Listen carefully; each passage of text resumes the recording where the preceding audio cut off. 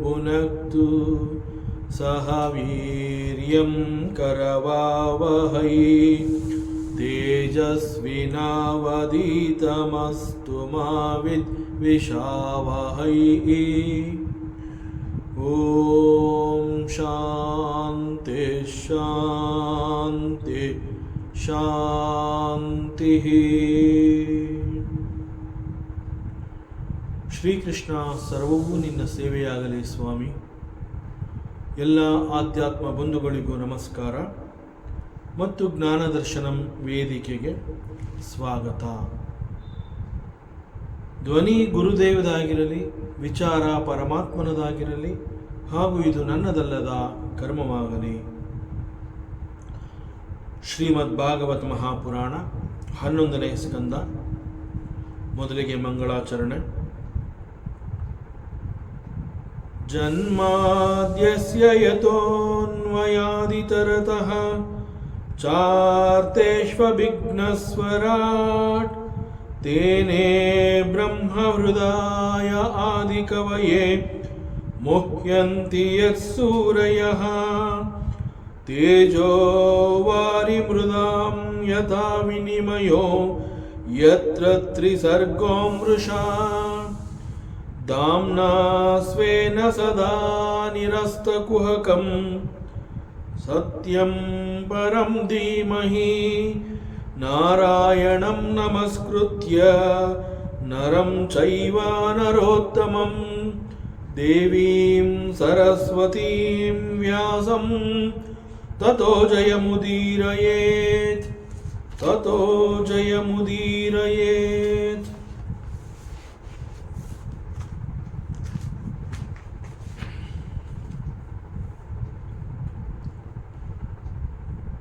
ಕಥಯಂತಿ ಮಹತ್ಪುಣ್ಯಂ ಇತಿಹಾಸಂ ಅಹೋ ಉದ್ಧವ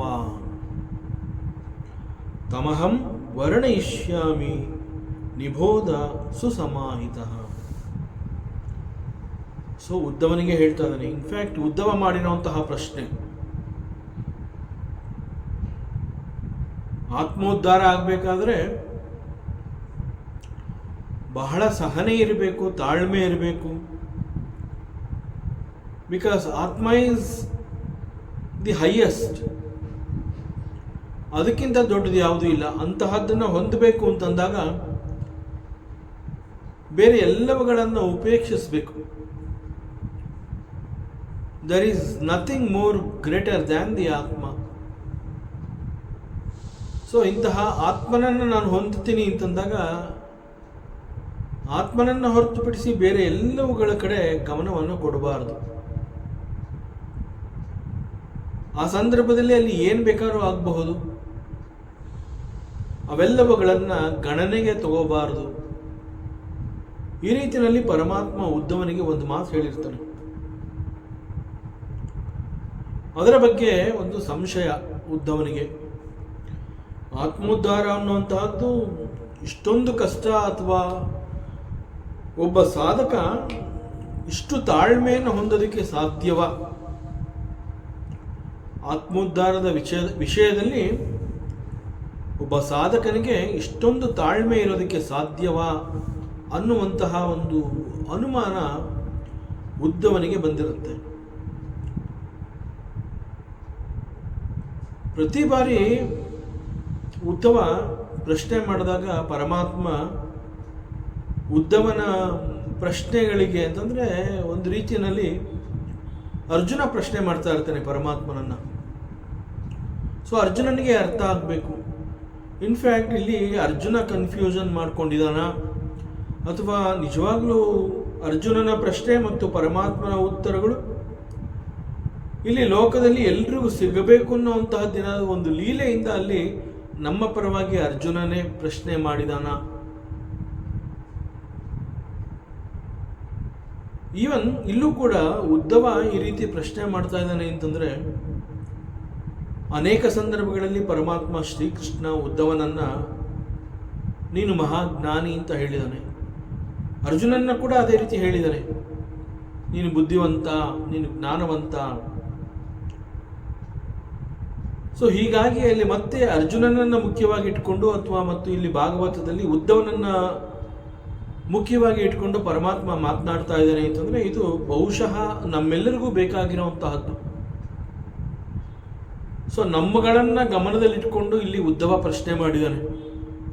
ಯಾಕೆಂದರೆ ನಾವೆಲ್ಲರೂ ಸಾಧಕರಾಗಬೇಕು, ನಾವೆಲ್ಲರೂ ಕೂಡ ಪರಮಾತ್ಮನನ್ನು ಹೊಂದಬೇಕು. And this is the expectation of the Vedanta also. ಅನೇಕ ಬೇರೆ ಬೇರೆ ಕಾರಣಗಳಿಂದ ನಾವು ಜನ್ಮವನ್ನು ತಗೊಂಡು ಇಲ್ಲಿಗೆ ಬಂದಿರ್ತೀವಿ. ಬಂದ ನಂತರದಲ್ಲಿ ಜನ್ಮ ಸಾರ್ಥಕ ಆಗಬೇಕು. ಸೊ ನಮ್ಮ ಜನ್ಮ ಸಾರ್ಥಕ ಆಗಬೇಕು ಅಂತಲೇ ಇವತ್ತು ನಮಗೆ ಶಾಸ್ತ್ರ, ವೇದಾಂತ, ಉಪನಿಷತ್ತು, ಒಬ್ಬ ಗುರು ಮಾರ್ಗದರ್ಶನ, ಶ್ರವಣ, ಮನನ ಇವೆಲ್ಲವುಗಳನ್ನು ಯಾಕೆ, ವೈ ಇಟ್ ಈಸ್ ಪ್ರಿಸ್ಕ್ರೈಬ್ಡ್ ಇನ್ ಆಧ್ಯಾತ್ಮ, spiritual practice. Why this spiritual practice is must for a sadhaka? Because through which he attains the abode of Paramatma. So this is the expectation. ಇಲ್ಲೂ ಕೂಡ ಪರಮಾತ್ಮ ಉದ್ಧವನಿಗೆ ಹೇಳಬೇಕಾದ್ರೆ, ಉದ್ಧವ ನೀನು ಹೀಗೆ ಇರಬೇಕು. ಸೊ ಎಲ್ಲೋ ಒಂದು ಕಡೆ ಕೃಷ್ಣನ ಎಕ್ಸ್ಪೆಕ್ಟೇಷನ್, ಉದ್ಧವ ನೀನು ಹೀಗಿರಬೇಕು, ನೀನು ಹೀಗಾಗಬೇಕು, ನೀನು ಕೇಳಿಸ್ಕೊ, ನೀನು ಈ ರೀತಿ ಮಾಡು. ಸೊ ಇಲ್ಲಿ ಕೇವಲ ಪರಮಾತ್ಮ ಉದ್ಧವನಿಗೆ ಮಾತ್ರ ಆ ರೀತಿ ಹೇಳ್ತಾ ಇದ್ದೇನೆ ಅಂತಲ್ಲ, ಉದ್ಧವನ ಮೂಲಕ ನಮ್ಮೆಲ್ಲರಿಗೂ ಪರಮಾತ್ಮ ಬಹಳ ಪ್ರೀತಿಯಿಂದ ಹೇಳ್ತಾ ಇದ್ದಾನೆ, ನೀವೆಲ್ಲರೂ ಇಂತಹ ಒಂದು ಹಾದಿಯನ್ನು ಅನುಸರಿಸಿ. ಸೊ ಇಲ್ಲಿ ಪ್ರಶ್ನೆ ಮಾಡಿದ್ದಾನೆ ಉದ್ಧವ, ಈಸ್ ಇಟ್ ಪಾಸಿಬಲ್ ಆತ್ಮನನ್ನು ಹೊಂದಬೇಕು ಅಂತಂದರೆ ಆ ಸಂದರ್ಭದಲ್ಲಿ ನಾವು ಅಷ್ಟು ದಿಟ್ಟತನದಿಂದ, ಧೀರತನದಿಂದ ಇರೋದಕ್ಕೆ ಸಾಧ್ಯವಾ ಅನ್ನುವಂತಹ ಪ್ರಶ್ನೆಯನ್ನು ಮಾಡ್ತಾ ಇದ್ದಾನೆ. ಸೊ ಈ ಅವಕಾಶವನ್ನು ಉಪಯೋಗಿಸ್ಕೊಂಡು, ಎಸ್ ನೀನು ಬಹಳ ಅತ್ಯುತ್ತಮವಾಗಿ ಪ್ರಶ್ನೆ ಮಾಡಿದ್ಯಾ ಉದ್ಧವ, ಈ ನಿನ್ನ ಪ್ರಶ್ನೆ ನನಗೆ ಬಹಳ ಹಿಂದಿನ ಒಂದು ಘಟನೆಯನ್ನು ನೆನಪು ಮಾಡ್ತಾ ಇದೆ. ಅನೇಕ ಮಹಾತ್ಮರು ಒಂದು ಪ್ರಾಚೀನ ಇತಿಹಾಸವನ್ನು ಅಲ್ಲಲ್ಲಿ ಹೇಳ್ತಾ ಇರ್ತಾರೆ. ಅದು ನನ್ನ ಕಿವಿಗೂ ಬಿದ್ದಿದೆ. ಈಗ ನಾನು ನಿನಗೆ ಅದನ್ನೇ ಹೇಳ್ತೀನಿ. ಅವರು ನನಗೇನು ಹೇಳಿದ್ರು ಅದನ್ನು ನಾನು ನಿನಗೆ ಹೇಳ್ತಾ ಇದ್ದೀನಿ. ಸೊ ನಾ ಈಗ ಹೇಳೋವಂತಹದ್ದನ್ನು ನೀನು ಗಮನ ಇಟ್ಟು ಏಕಾಗ್ರ ಚಿತ್ತದಿಂದ ನೀನು ಕೇಳಿಸ್ಕೋಬೇಕು.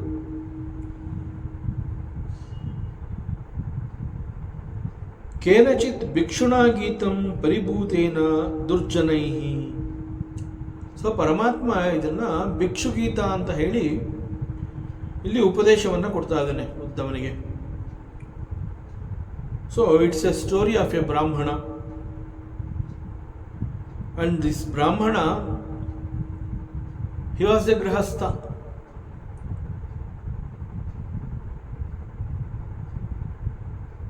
ಲೌಕಿಕದಲ್ಲಿ ಅವನು ಸಾಕಷ್ಟು ತನ್ನನ್ನು ತೊಡಗಿಸಿಕೊಂಡಿರ್ತಾನೆ. ಅವನು ಎಂದೂ ಕೂಡ ಆತ್ಮವಿಚಾರವನ್ನಾಗಲಿ ಅಥವಾ ಪುಣ್ಯ, ಧರ್ಮ, ಕರ್ಮ ಇತ್ಯಾದಿಗಳನ್ನಾಗಲಿ ಅವನು ಎಂದೂ ಕೂಡ ಯೋಚನೆ ಮಾಡಿರಲಿಲ್ಲ.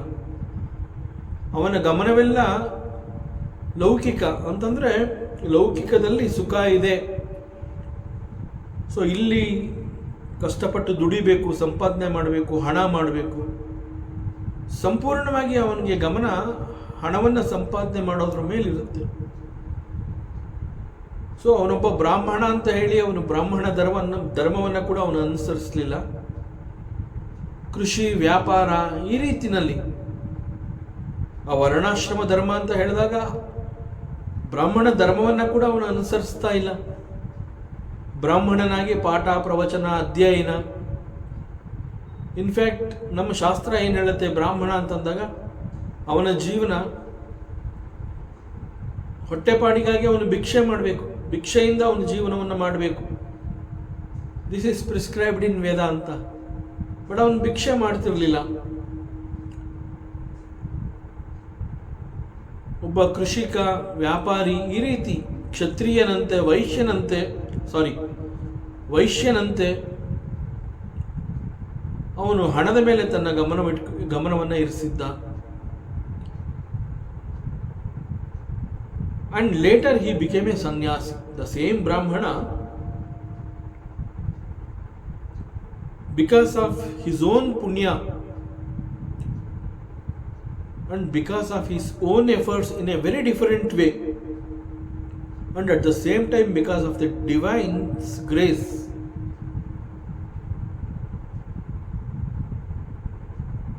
he became a sannyasi. ಆ ನಂತರದಲ್ಲಿ ಈ ಒಂದು ಜ್ಞಾನ ಸಂಪಾದನೆ ಅಂತಂದರೆ ಸೆಲ್ಫ್ ರಿಯಲೈಸೇಷನ್, ಆತ್ಮನ ಬಗ್ಗೆ ಅವನು ಚೆನ್ನಾಗಿ ವಿಚಾರವನ್ನು ತಿಳ್ಕೊತಾನೆ, ಆತ್ಮಜ್ಞಾನವನ್ನು ಸಂಪಾದನೆ ಮಾಡ್ತಾನೆ. ಆತ್ಮಜ್ಞಾನವನ್ನು ಸಂಪಾದನೆ ಮಾಡಿದ ನಂತರದಲ್ಲಿ ಹೇಗೆ ಅದನ್ನು ಅವನು ಪ್ರಾಕ್ಟೀಸ್ ಮಾಡ್ತಾನೆ, ಹೇಗೆ ಅವನು ಜೀವನವನ್ನು ಸಾರ್ಥಕ ಮಾಡಿಕೊಂಡ, ಏನೆಲ್ಲವನ್ನು ಅವನು ಎದುರಿಸಿದ. ಸೊ ಉದ್ಧವನ ಪ್ರಶ್ನೆ ಪರಮಾತ್ಮ ಶ್ರೀಕೃಷ್ಣನಿಗೆ ಈ ಒಂದು ಪ್ರಾಚೀನ ಇತಿಹಾಸ ನೆನಪಿಗೆ ಬರೋ ಹಾಗಾಯಿತು. ಉದ್ಧವನ ಪ್ರಶ್ನೆ ಕೂಡ ಅದೇ ರೀತಿ ಇತ್ತು. ಸೊ ಉತ್ತಮವಾದ ಪ್ರಶ್ನೆ ಅಂಡ್ ಉತ್ತಮವಾದ ಉಪದೇಶ. So Paramatma Shri Krishna he considers this is the best upadesha to be given to Uddhava. So ಅದರಿಂದ ಗಮನವಿಟ್ಟು ಏಕಾಗ್ರ ಚಿತ್ತದಿಂದ ನೀನು ಕೇಳಿಸ್ಕೋಬೇಕು.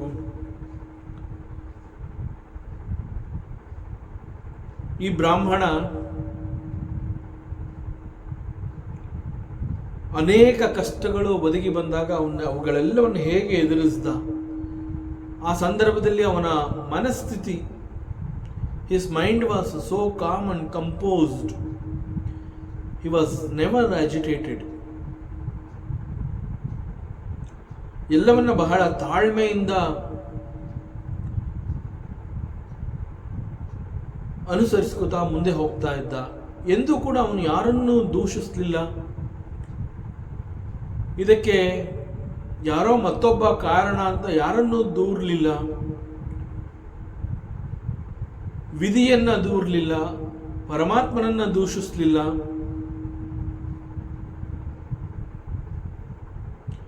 ಬೇರೆ ಯಾರು ಕಾರಣ ಅಲ್ಲ ಇದಕ್ಕೆ. ಇದು ನನ್ನ ಪಾಲಿನ ಕರ್ಮ, ಇದನ್ನು ನಾನು ಅನುಭವಿಸ್ತೀನಿ. ಇಷ್ಟು ಧೈರ್ಯ, ಇಷ್ಟು ದಿಟ್ಟತನ ಅವನನ್ನು ಮತ್ತಷ್ಟು ಎತ್ತರಕ್ಕೆ ಏರಿಸ್ತು. So this is how he earned the jnana. So he attains the knowledge. ಹೇ ಉದ್ಧವ, ಈಗ ನಾನು ನಿನಗೆ ಅದನ್ನು ಹೇಳ್ತೀನಿ. ಮತ್ತು ಉದ್ಧವ, ನಿನ್ನ ಪ್ರಶ್ನೆಗಳು ಕೂಡ ಇದಕ್ಕೆ ಸಂಬಂಧಪಟ್ಟಂತೆಯೇ ಇತ್ತು. ಅದರಿಂದ ಸರಿಯಾಗಿ ಮನಸ್ಸಿಟ್ಟು ಕೇಳಿಸ್ಕೊ. ಈಗಾಗಲೇ ಇಲ್ಲಿ ಪರಮಾತ್ಮ ಒಂದು ಸೂಕ್ಷ್ಮವನ್ನು ಇಲ್ಲಿ ತಿಳಿಸ್ತಾ ಇದ್ದಾನೆ. ಒಬ್ಬ ಸಾಧಕ ಅಂತ ಹೇಳಿದಾಗ ಅವನ ದಾರಿಯಲ್ಲಿ ಅನೇಕ ರೀತಿಯ ಕಷ್ಟಗಳು ಎದುರಾಗುವಂತಹ ಸಂಭವ ಇರುತ್ತೆ. ಅವೆಲ್ಲವನ್ನ ಅವನು ಎದುರಿಸಲೇಬೇಕು. ಮತ್ತು ಇದಕ್ಕೆಲ್ಲ ಬೇರೆ ಯಾರೂ ಕಾರಣ ಅಲ್ಲ. ಇದೆಲ್ಲ ನನ್ನದೇ ಪಾಪಕರ್ಮಗಳ ಫಲ. ಇದಕ್ಕೆ ನಾನಲ್ಲದೆ ಬೇರೆ ಯಾರೂ ಹೊಣೆ ಅಲ್ಲ. ಇಷ್ಟು ಒಬ್ಬ ಸಾಧಕನಿಗೆ ಅರ್ಥ ಆದರೆ ಆ ನಂತರದಲ್ಲಿ ಅವನ ಮನಸ್ಸು ಬಹಳ ಸ್ಥಿರವಾಗಿರುತ್ತೆ, ಬಹಳ ಗಟ್ಟಿಯಾಗಿರುತ್ತೆ. ಸೊ ಇತಿಹಾಸದಲ್ಲಿ ಇಂತಹ ಒಂದು ವರ್ಣನೆ ಇದೆ ಉದ್ಧವ. ಆ ಒಬ್ಬ ಭಿಕ್ಷುವಿನ ಕಥೆಯನ್ನು ನಾನು ನಿನಗೆ ಹೇಳ್ತೀನಿ. So this is Bhagavata Mahapurana, 11th canto, 23rd chapter. It is called Bhikshu Gita and verse number 6. Avantishu dvijaha kaschidasit adyatamah shreya vartavritti kadaryastu kami ಲುಬ್ಧೋತಿ ಕೋಪನಃ. ಸೊ ನಮ್ಮದೇ ಕರ್ಮಗಳ ಫಲ. ಪೂರ್ವದಲ್ಲಿ ನಾವು ಮಾಡಿದಂತಹ ಕರ್ಮಕ್ಕೆ ಅನುಸಾರವಾಗಿ ಸಿಕ್ಕಿರುವಂತಹ ಫಲವನ್ನು ನಾವು ಈಗ ಅನುಭವಿಸಲೇಬೇಕು. ಮತ್ತು ಈಗ ನಮಗೆ ಸಿಕ್ಕಿರುವಂತಹ ಅವಕಾಶ, ನಮಗೆ ಸಿಕ್ಕಿರುವಂತಹ ದೇಹ, ನಮಗೆ ಸಿಕ್ಕಿರುವಂತಹ ಮನಸ್ಸು, ಬುದ್ಧಿ, ಇವೆಲ್ಲವೂ ಆ ಕರ್ಮಗಳ ಫಲವನ್ನು ನಾವು ಅನುಭವಿಸಬೇಕು ಅಂತಲೇ ನಮ್ಮ ಜೊತೆಯಲ್ಲಿ ನಮಗೆ ಇಂತಹ ಒಂದು ದೇಹ, ಮನಸ್ಸು, ಬುದ್ಧಿ ಇವೆಲ್ಲ ಸಿಕ್ಕಿದೆ. ಸೊ ದಿಸ್ ಪರ್ಟಿಕ್ಯುಲರ್ ದೇಹ ಈಸ್ ಫಿಟ್ ಫಾರ್ ದಟ್ ಕರ್ಮ. ಸೊ ಅದನ್ನು ಅನುಭವಿಸೋದಕ್ಕೆ ಬೇಕಾಗಿರುವಂತಹ ಎಲ್ಲವನ್ನ ಪ್ರಿಪೇರ್ ಮಾಡಿ ನಮಗೆ ಸಿಕ್ಕಿದೆ. ಸೊ ಅದರಿಂದ ನಾವು ಅದನ್ನು ಅನುಭವಿಸಲೇಬೇಕು. ಅಂಡ್ ದಿಸ್ ಇಸ್ ಕಾಲ್ಡ್ ಪ್ರಾರಬ್ಧ. ಸೊ ಪ್ರಾರಬ್ಧ ಅಂತ ಹೇಳಿದಾಗ ಇದು ಎಂದೂ ಕೂಡ ಆತ್ಮನಿಗೆ ಸಂಬಂಧಪಟ್ಟಿರುವಂತಹದ್ದಲ್ಲ. ಇದು ಪೂರ್ಣವಾಗಿ ಒಬ್ಬ ಜೀವನಿಗೆ ಸಂಬಂಧಪಟ್ಟಿರುವಂತಹದ್ದು ಪ್ರಾರಬ್ಧ. ಮತ್ತು ಈ ಪ್ರಾರಬ್ಧ ಅಂತ ಹೇಳಿದಾಗ ಈ ಪ್ರಾರಬ್ಧವನ್ನು ವಿ ಹ್ಯಾವ್ ಇನ್ವೈಟೆಡ್ ದಿಸ್ ಪ್ರಾರಬ್ಧ that which has come to us right now. So we are the cause for this situation. So ಈಗ ಪರಮಾತ್ಮ he is telling that ಪ್ರಾಚೀನ ಇತಿಹಾಸ of a ಬ್ರಾಹ್ಮಣ. ಸೊ ಹಿಂದೆ ಒಂದು ಕಾಲದಲ್ಲಿ ಉಜ್ಜಯಿನಿ ಅಂತ ಒಂದು ನಗರ ಇತ್ತು. ಆ ಉಜ್ಜಯಿನಿಯನ್ನ ಆವಂತಿಕ ರಾಜ್ಯ ಅಂತ ಕೂಡ ಕರೀತಾ ಇದ್ರು. Another name of that Ujjayini, Avantika. ಈ ಆವಂತಿಕ ರಾಜ್ಯ ಅಥವಾ ಊರಿನಲ್ಲಿ ದೇರ್ ಬ್ರಾಹ್ಮಣ. ಆ ಬ್ರಾಹ್ಮಣ ಆ ಊರಿನಲ್ಲಿ ವಾಸ ಮಾಡ್ತಾ ಇರ್ತಾನೆ. ಆ ಬ್ರಾಹ್ಮಣ ಜೀವನೋಪಾಯಕ್ಕಾಗಿ ಕೃಷಿ, ವ್ಯಾಪಾರ ಇತ್ಯಾದಿ ಉದ್ಯೋಗಗಳನ್ನು ಮಾಡಿಕೊಂಡು ಹಣವನ್ನು ಸಂಪಾದನೆ ಮಾಡ್ತಾ ಇರ್ತಾನೆ. ಅವನ ವ್ಯಾಪಾರದಲ್ಲಿ ಹಣ ಹೇರಳವಾಗಿ ಸಂಪಾದನೆ ಆಗ್ತಾ ಇರುತ್ತೆ. And he is very rich. ಬಹಳ ಶ್ರೀಮಂತನಾಗಿ ಅವನು ಬೆಳೀತಾನೆ. ಸಾಕಷ್ಟು ಹಣ, ಸಂಪತ್ತು, ಆಸ್ತಿ ಇವೆಲ್ಲವನ್ನು ಅವನು ಗಳಿಸ್ಕೋತಾನೆ. ಬಟ್ ಅನ್ಫಾರ್ಚುನೇಟ್ಲಿ ಅವನು ಬಹಳ ಕೃಪಣ, ಲೋಭಿ ಮತ್ತು ಕಾಮಿ ಅಂತಂದರೆ ಅವನಿಗೆ ಆಸೆ, ಅತೀವ ಆಸೆ. ಸೊ ಪ್ರತಿಯೊಂದಕ್ಕೂ ಕೂಡ ಕೋಪ ಮಾಡಿಕೊಳ್ಳುವಂತಹ ಸ್ವಭಾವವನ್ನು ಕೂಡ ಅವನು ಮೈಗೂಡಿಸ್ಕೊಂಡಿರ್ತಾನೆ. ಸೊ ದಿಸ್ ಈಸ್ ಜಸ್ಟ್ ಒಂದು ಆ ಬ್ರಾಹ್ಮಣ ಹೇಗೆ ಆ ಊರಿನಲ್ಲಿ ಇರ್ತಾನೆ, ಅವನು ಏನು ಮಾಡ್ತಾ ಇದ್ದಾನೆ, ಒಂದು ಸಣ್ಣ ಪರಿಚಯ. ಜ್ಞಾತಯೋ ತಿಥಯಸ್ತಸ್ಯ ವಾಗ್ಮತೇನಾಪಿ ನಾರ್ಚಿತಾಃ ಶೂನ್ಯ ವಸದ ಆತ್ಮಾಪಿ ಕಾಲೇ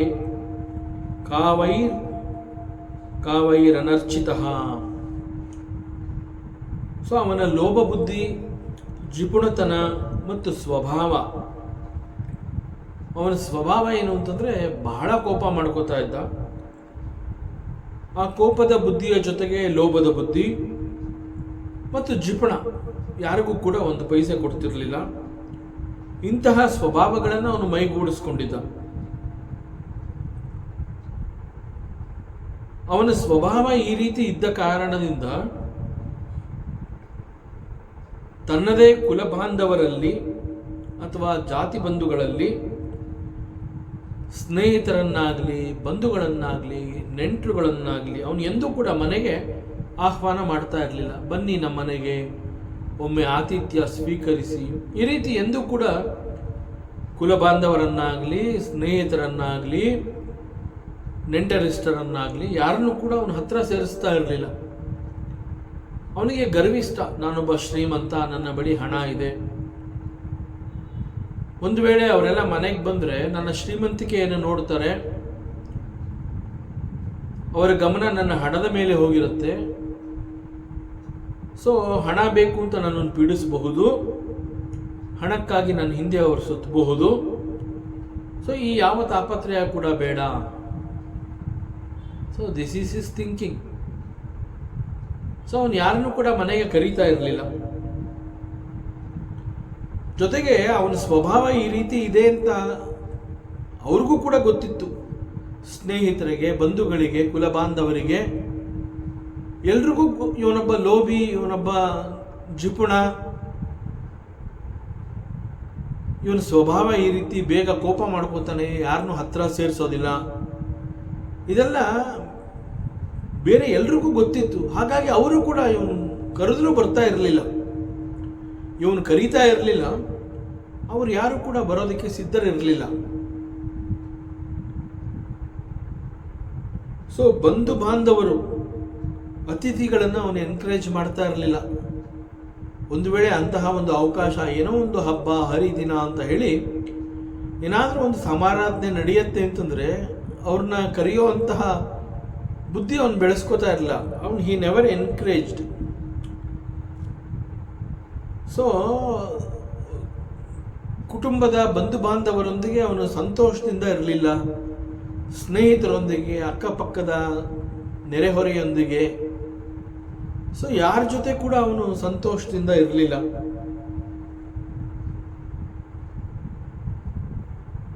ಅವನ ಸ್ವಭಾವ ಈ ರೀತಿ ಇದ್ದಿದ್ರಿಂದ ಮನೆಗೆ ಯಾರು ಬರ್ತಾ ಇರಲಿಲ್ಲ ಅಂತಂದ ಮೇಲೆ ಇನ್ನು ಊಟ, ವಸತಿ, ಈ ರೀತಿ ಯಾರನ್ನು ಕೂಡ ಅವನ ಮನೆ ಒಳಗಡೆ ಬಿಟ್ಕೋತಾ ಇರಲಿಲ್ಲ. ಸೊ ಹೀಗೆ ಅವನು ಧರ್ಮದ ಕರ್ಮಗಳಿಂದ ಬಹಳ ದೂರ ಇದ್ದ. ಸೊ ಅವನ ದಿನನಿತ್ಯದ ಕರ್ಮ ಏನು ಅಂತಂದರೆ ಹಣವನ್ನು ಸಂಪಾದನೆ ಮಾಡುವಂತಹದ್ದು, ಆಸ್ತಿ, ಅಂತಸ್ತು, ಸಂಪತ್ತು, ಧನ, ಧಾನ್ಯ, ಅವುಗಳ ಬಗ್ಗೆನೇ ಹೆಚ್ಚು ಗಮನವನ್ನು ಕೊಡ್ತಾ ಇದ್ದ. ಮತ್ತು ಅವೆಲ್ಲ ಹೇರಳವಾಗಿ ಅವನ ಬಳಿ ಇದ್ರೂ ಕೂಡ ಅವನ ಮನೆ, ಆ ಪರಿಸ್ಥಿತಿ ಹೇಗೆ ಅಂತಂದರೆ ಒಂದು ರೀತಿಯಲ್ಲಿ ಶೂನ್ಯವಾಗಿತ್ತು. ಎಲ್ಲ ಇದೆ, but what is the use? ಮನೆಯಲ್ಲಿ ಅವನೊಬ್ಬ ಊಟ ಮಾಡ್ಕೋತಾ ಇದ್ದ, ಹೆಂಡತಿ ಮಕ್ಕಳು ಬಿಟ್ಟರೆ ಇನ್ಯಾರಿಗೂ ಅವನು ಊಟ ಹಾಕ್ತಾ ಇರಲಿಲ್ಲ. ಅವನ ಸ್ವಭಾವ ಈ ರೀತಿ ಇದ್ದಿದ್ದರಿಂದ ಬಹುಶಃ ಅವನು ಕೂಡ ಹೊಟ್ಟೆ ತುಂಬ ಊಟ ಮಾಡ್ತಾ ಇರಲಿಲ್ಲ. ಹೆಂಡತಿ ಮಕ್ಕಳಿಗೂ ಕೂಡ ಅವನು ಸಾಕಷ್ಟು ಕೊಡ್ತಾ ಇರಲಿಲ್ಲ. ಇಟ್ ಈಸ್ ಬಿಕಾಸ್ ಸ್ವಭಾವ, ಅವನು ಆ ರೀತಿ ಇದ್ದ. ಸೊ ತಾನು ಕೂಡ ಸುಖ ಪಡ್ತಾ ಇರಲಿಲ್ಲ,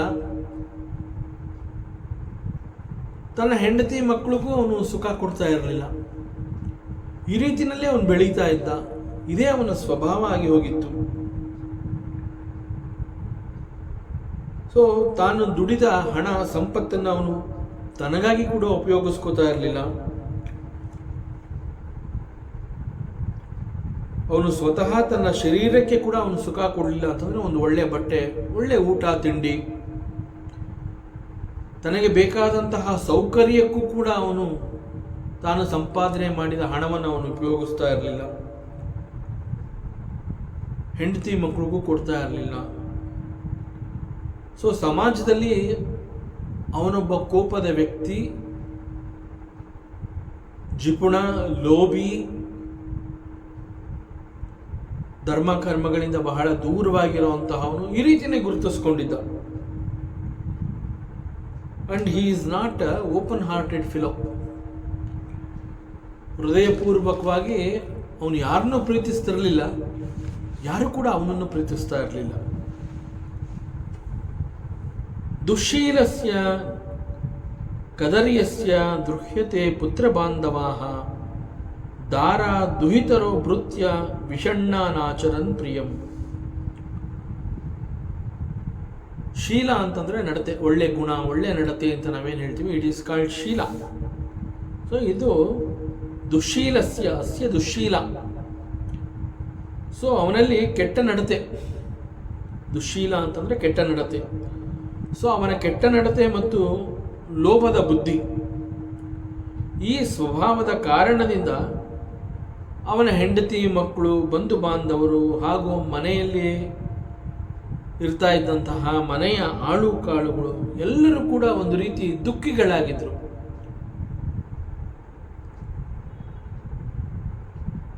ಈ ಬ್ರಾಹ್ಮಣ ಅವನ ಸ್ವಭಾವ ಅಂತ ಅವನು ಆ ಸ್ವಭಾವದಲ್ಲಿ ಅವನು ಬದುಕ್ತಾ ಇದ್ದ. ಬಟ್ ಅವನನ್ನ ನಂಬಿದಂತಹ ಹೆಂಡತಿ ಮಕ್ಕಳು ಮತ್ತು ಕುಲಬಾಂಧವರು ಹಾಗೂ ಮನೆಯಲ್ಲಿ ಕೆಲಸ ಮಾಡ್ತಾ ಇದ್ದಂತಹ ಆಳು ಕಾಳುಗಳು ಎಲ್ಲರೂ ಕೂಡ ದುಃಖಿಗಳಾಗಿದ್ರು. ಅಂತಂದ್ರೆ ಯಾರನ್ನೂ ಅವನು ತೃಪ್ತಿಪಡಿಸ್ತಾ ಇರಲಿಲ್ಲ. ಅಂತಹ ಪರಮ ಲೋಭಿ.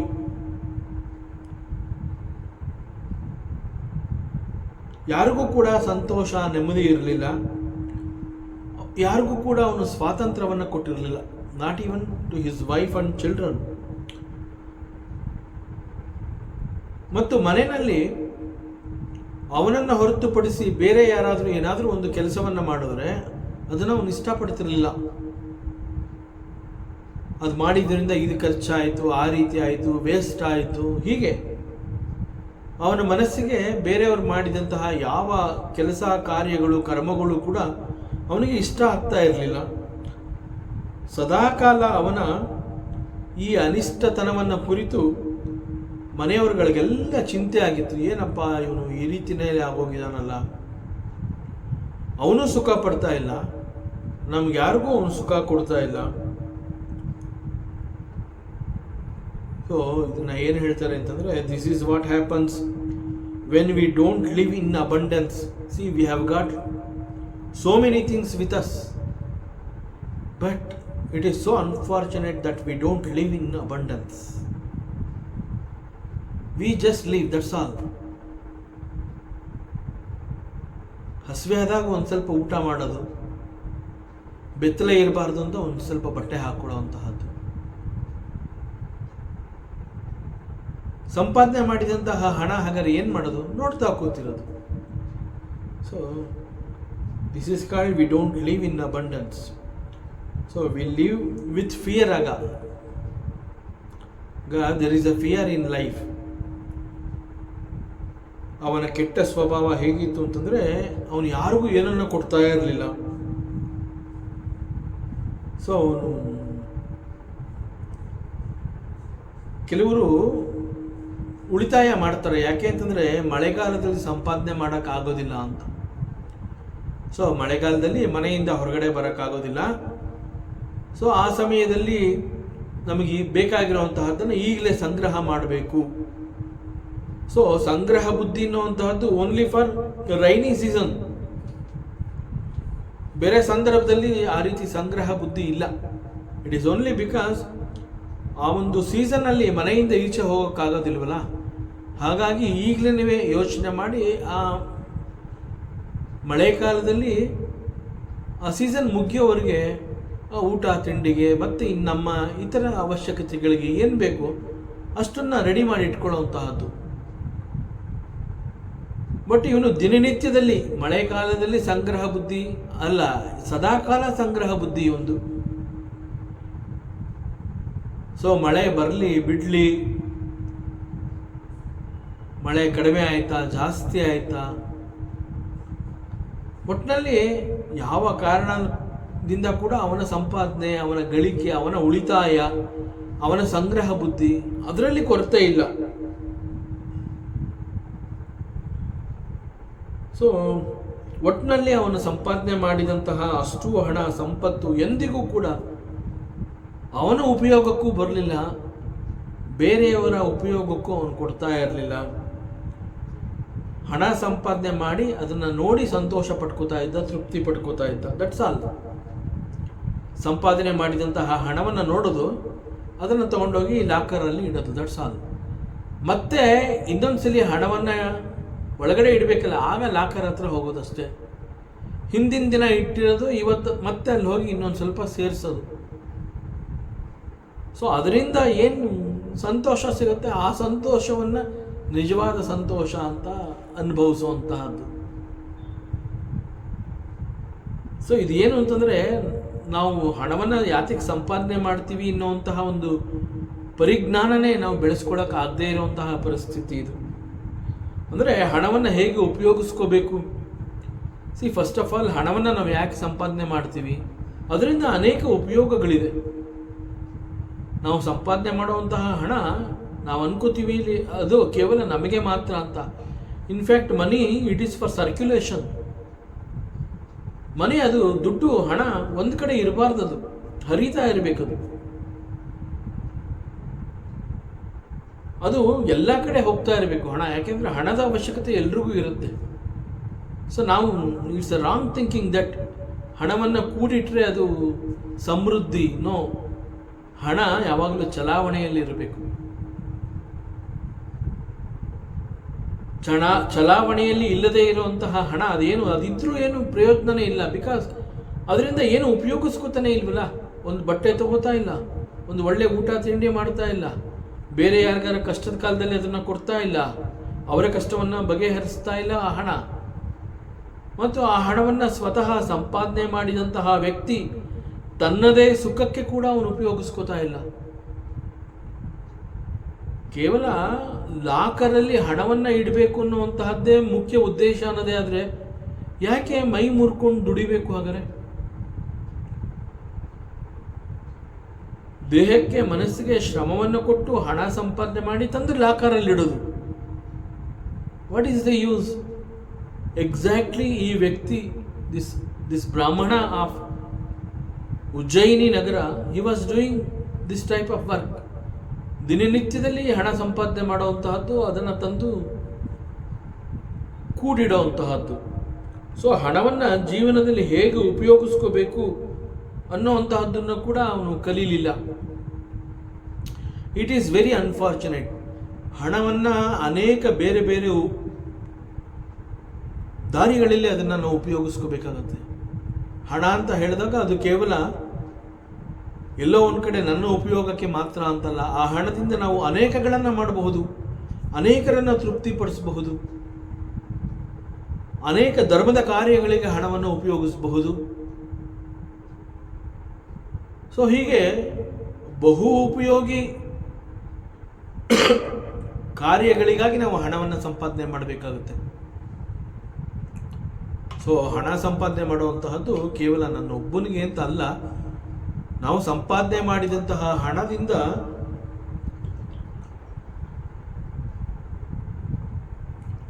ಅದು ಅನೇಕ ರೀತಿಯಲ್ಲಿ ಉಪಯೋಗ ಆಗುವಂತಹ ಕೆಲಸವನ್ನು ಮಾಡಬೇಕು. ಸೊ ಹಣವನ್ನು ಒಂದೇ ಸಮನೆ ಮಲ್ಟಿಪ್ಲೈ ಮಾಡುವಂತಹದ್ದು. ಇವತ್ತು 20, ನಾಳೆ 40, ಆಮೇಲೆ 60, 100, 200, 1000, ಲಕ್ಷ, ಕೋಟಿ. ಸೊ ಆ ಕೋಟಿ ಹಣವನ್ನು ನೋಡಿ ಆನಂದ ಪಡುವಂಥದ್ದು ಅಷ್ಟೇ, ಇನ್ನೇನೂ ಇಲ್ಲ. So this is his mentality. ಈ ರೀತಿಯಲ್ಲಿ ಅವನು ಬದುಕು ಮಾಡ್ತಾ ಇದ್ದ. And because of this attitude, ಇದೇ ರೀತಿ ಸ್ವಭಾವ ಅವನಲ್ಲಿ ಮತ್ತಷ್ಟು ಜಾಸ್ತಿ ಆಗ್ತಾ ಹೀಗೇ ಬೆಳೀತಾ ಬರ್ತಾನೆ. And there is a limit for this. So ಈ ಒಂದು ಆಟಿಟ್ಯೂಡು ಅವನ ಹೆಂಡತಿ, ಮಕ್ಕಳು ಆ್ಯಂಡ್ ಆಲ್ ಹಿಸ್ ರಿಲೇಟಿವ್ಸ್, ಮನೆಯಲ್ಲಿ ಕೆಲಸ ಮಾಡ್ತಾ ಇದ್ದಂತಹ ಆಳು ಕಾಳುಗಳು, all of them were disgusted in life. ಎಲ್ರಿಗೂ ಕೂಡ ಒಂದು ರೀತಿ ಜಿಗುಪ್ಸೆ ಬಂದ್ಬಿಡ್ತು. ಈ ವ್ಯಕ್ತಿಯನ್ನು ದಿನನಿತ್ಯದಲ್ಲಿ ನಾವು ಈ ರೀತಿ ನೋಡ್ತಾ ಇದ್ದೀವಲ್ಲ, ಹೆಂಡತಿ ಮಕ್ಕಳಿಗೆ ಇವನ ಮೇಲೆ ಈ ರೀತಿ, ಮನೆಯಲ್ಲಿ ಕೆಲಸ ಮಾಡುವಂತಹ ಆಳು ಕಾಳು ಸಿಬ್ಬಂದಿಗಳು ಇವನನ್ನು ನೋಡಿದ್ರೆ ಜಿಗುಪ್ಸೆ, ನೆರೆಹೊರೆಯವರು, ಬಾಂಧವರು, ನೆಂಟರು ಪ್ರತಿಯೊಬ್ಬರು ಇವನನ್ನು ನೋಡಿದ್ರೆ ಇವನ ಬಗ್ಗೆ ಜಿಗುಪ್ಸೆ ಪಟ್ಕೊಳ್ಳೋದಕ್ಕೆ ಪ್ರಾರಂಭ ಮಾಡ್ತಾನೆ. ತಸ್ಯೈವಂ ಯಕ್ಷವಿತ್ತಸ್ಯ ಚ್ಯುತಸ್ಯೋ ಭಯಲೋಕತಃ ಧರ್ಮಕಾಮ ವಿಹೀನಸ್ಯ ಚುಕ್ರುದುಹು ಪಂಚಭಾಗಿನಃ. ಸೊ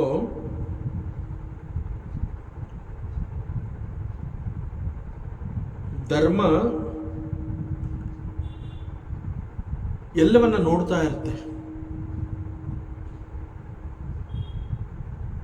ಇಲ್ಲಿ ಚ್ಯುತಸ್ಯ ಉಭಯ ಲೋಕತಃ, ಇವನ ಈ ಒಂದು ಆಟಿಟ್ಯೂಡು ಚ್ಯುತಸ್ಯ ಉಭಯ ಲೋಕತಃ ಅಂತಂದರೆ ಎರಡೂ ಲೋಕಗಳಿಂದ ಕೂಡ ಅವನು ಪತಿತನಾಗಿದ್ದ, ವಂಚಿತನಾಗಿದ್ದ ಅಂತ. ಎರಡೂ ಲೋಕಗಳು ಅಂತಂದರೆ ಒಂದು, ಇಷ್ಟೆಲ್ಲ ಅವನು ಸಂಪಾದನೆ ಮಾಡಿದ್ರು ಕೂಡ ಈ ಲೋಕದಲ್ಲೂ ಅವನಿಗೆ ಸುಖ ಇಲ್ಲ. ರೈಟ್ ನಾವು. ಯಾಕೆಂತಂದರೆ ಅವನು ಹಣವನ್ನು ಸಂಪಾದನೆ ಮಾಡಿ ತೊಗೊಂಡೋಗಿ ಇಡ್ತಾ ಇದ್ದ ಅಷ್ಟೇ. ಆ ಹಣವನ್ನು ಅವನು ತನಗಾಗಿ ಕೂಡ ಅವನು ಉಪಯೋಗಿಸ್ಕೋತಾ ಇರಲಿಲ್ಲ. ಸೊ ಈ ಲೋಕದಲ್ಲೂ ಕೂಡ ಅವನಿಗೆ ಸುಖ ಇಲ್ಲ. ಅವನು ಏನು ನೋಡಿ ಸಂತೋಷ ಪಡ್ತಾ ಇದ್ದ ಅಷ್ಟೇ, ಅದನ್ನು ಸುಖ ಅಂತ ತಿಳ್ಕೊಂಡಿದ್ದ. ನಿಜವಾದ ಸುಖ ಅವನಿಗೆ ಅನುಭವ ಆಗೇ ಇಲ್ಲ. ಸೊ ಎರಡೂ ಲೋಕಗಳಲ್ಲೂ ಅವನು ಈ ಸುಖದಿಂದ ವಂಚಿತನಾಗಿದ್ದ. ಸೊ ಈ ಲೋಕದಲ್ಲೂ ಅವನು ಏನೂ ಅನುಭವಿಸಲಿಲ್ಲ. ಅದೇ ರೀತಿ ಮುಂದೆ ಪರಲೋಕ ಅನ್ನೋಂತಹದ್ದೊಂದು ನಂಬಿಕೆ ನಮ್ಮಲ್ಲಿದೆ ಅಲ್ವಾ. ಮರಣ ಹೊಂದಿದ ನಂತರ ನಾವು ಮತ್ತೊಂದು ಲೋಕಕ್ಕೆ ಹೋಗ್ತೀವಿ, ನಮಗೆ ಗೊತ್ತಿಲ್ಲ, ನಾವು ಅಂದ್ಕೊಂಡಿರ್ತೀವಲ್ವ. ಸೊ ನಾವು ಈಗ ಮಾಡುವಂತಹ ಧರ್ಮ ಕರ್ಮ ಇದು ನಮ್ಮನ್ನು ಮತ್ತೊಂದು ಲೋಕದಲ್ಲಿ ನಮ್ಮನ್ನು ಕಾಪಾಡುತ್ತೆ ಅನ್ನೋ ಒಂದು ನಂಬಿಕೆ. ನಾವು ಯಾಕೆ ಒಳ್ಳೊಳ್ಳೆ ಕೆಲಸಗಳನ್ನು ಮಾಡ್ತೀವಿ? ಯಾಕೆ ಅಂತಂದರೆ ಯಾವತ್ತೋ ಎಂದೋ ಒಂದು ದಿನ ಇದು ನಮ್ಮನ್ನು ಕಾಯತ್ತೆ.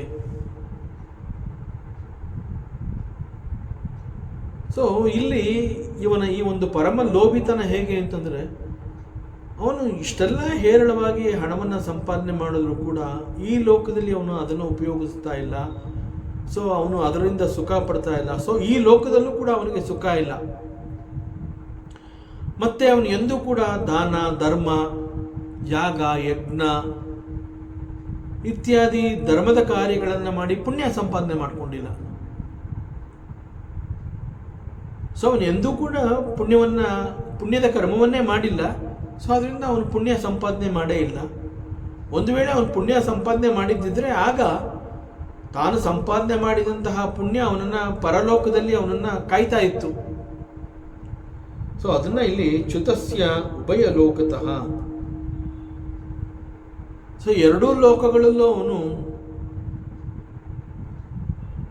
ಈ ರೀತಿ ಪತಿತನಾಗಿದ್ದ, ವಂಚಿತನಾಗಿದ್ದ. ಎಲ್ಲೂ ಕೂಡ ಅವನಿಗೆ ಸುಖ ಇಲ್ಲ. ತಾನು ಸಂಪಾದನೆ ಮಾಡಿ ಕೂಡಿಟ್ಟ ಹಣದಿಂದ ಇಲ್ಲಿ ಈ ಲೋಕದಲ್ಲಿ ಅವನು ತನಗಾಗಿ ಕೂಡ ಏನು ಸುಖ ಪಡ್ಕೊಳ್ಳಿಲ್ಲ. ದಾನ ಧರ್ಮ ಇತ್ಯಾದಿಗಳನ್ನು ಅವನು ಮಾಡಲಿಲ್ಲ. ಹಾಗಾಗಿ ಅವನು ಪುಣ್ಯ ಕೂಡ ಸಂಪಾದನೆ ಮಾಡಿಲ್ಲ. ಅದರಿಂದ ಅವನಿಗೆ ಪರಲೋಕದಲ್ಲೂ ಕೂಡ ಸುಖ ಇಲ್ಲ, guarantee.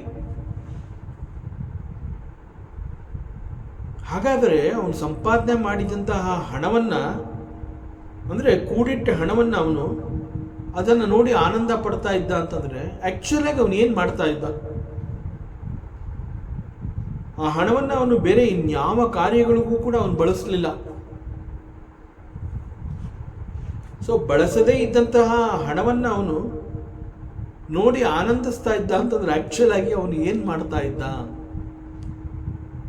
So there is a very good word for it. It is said tasya evam yakshavittасಯ.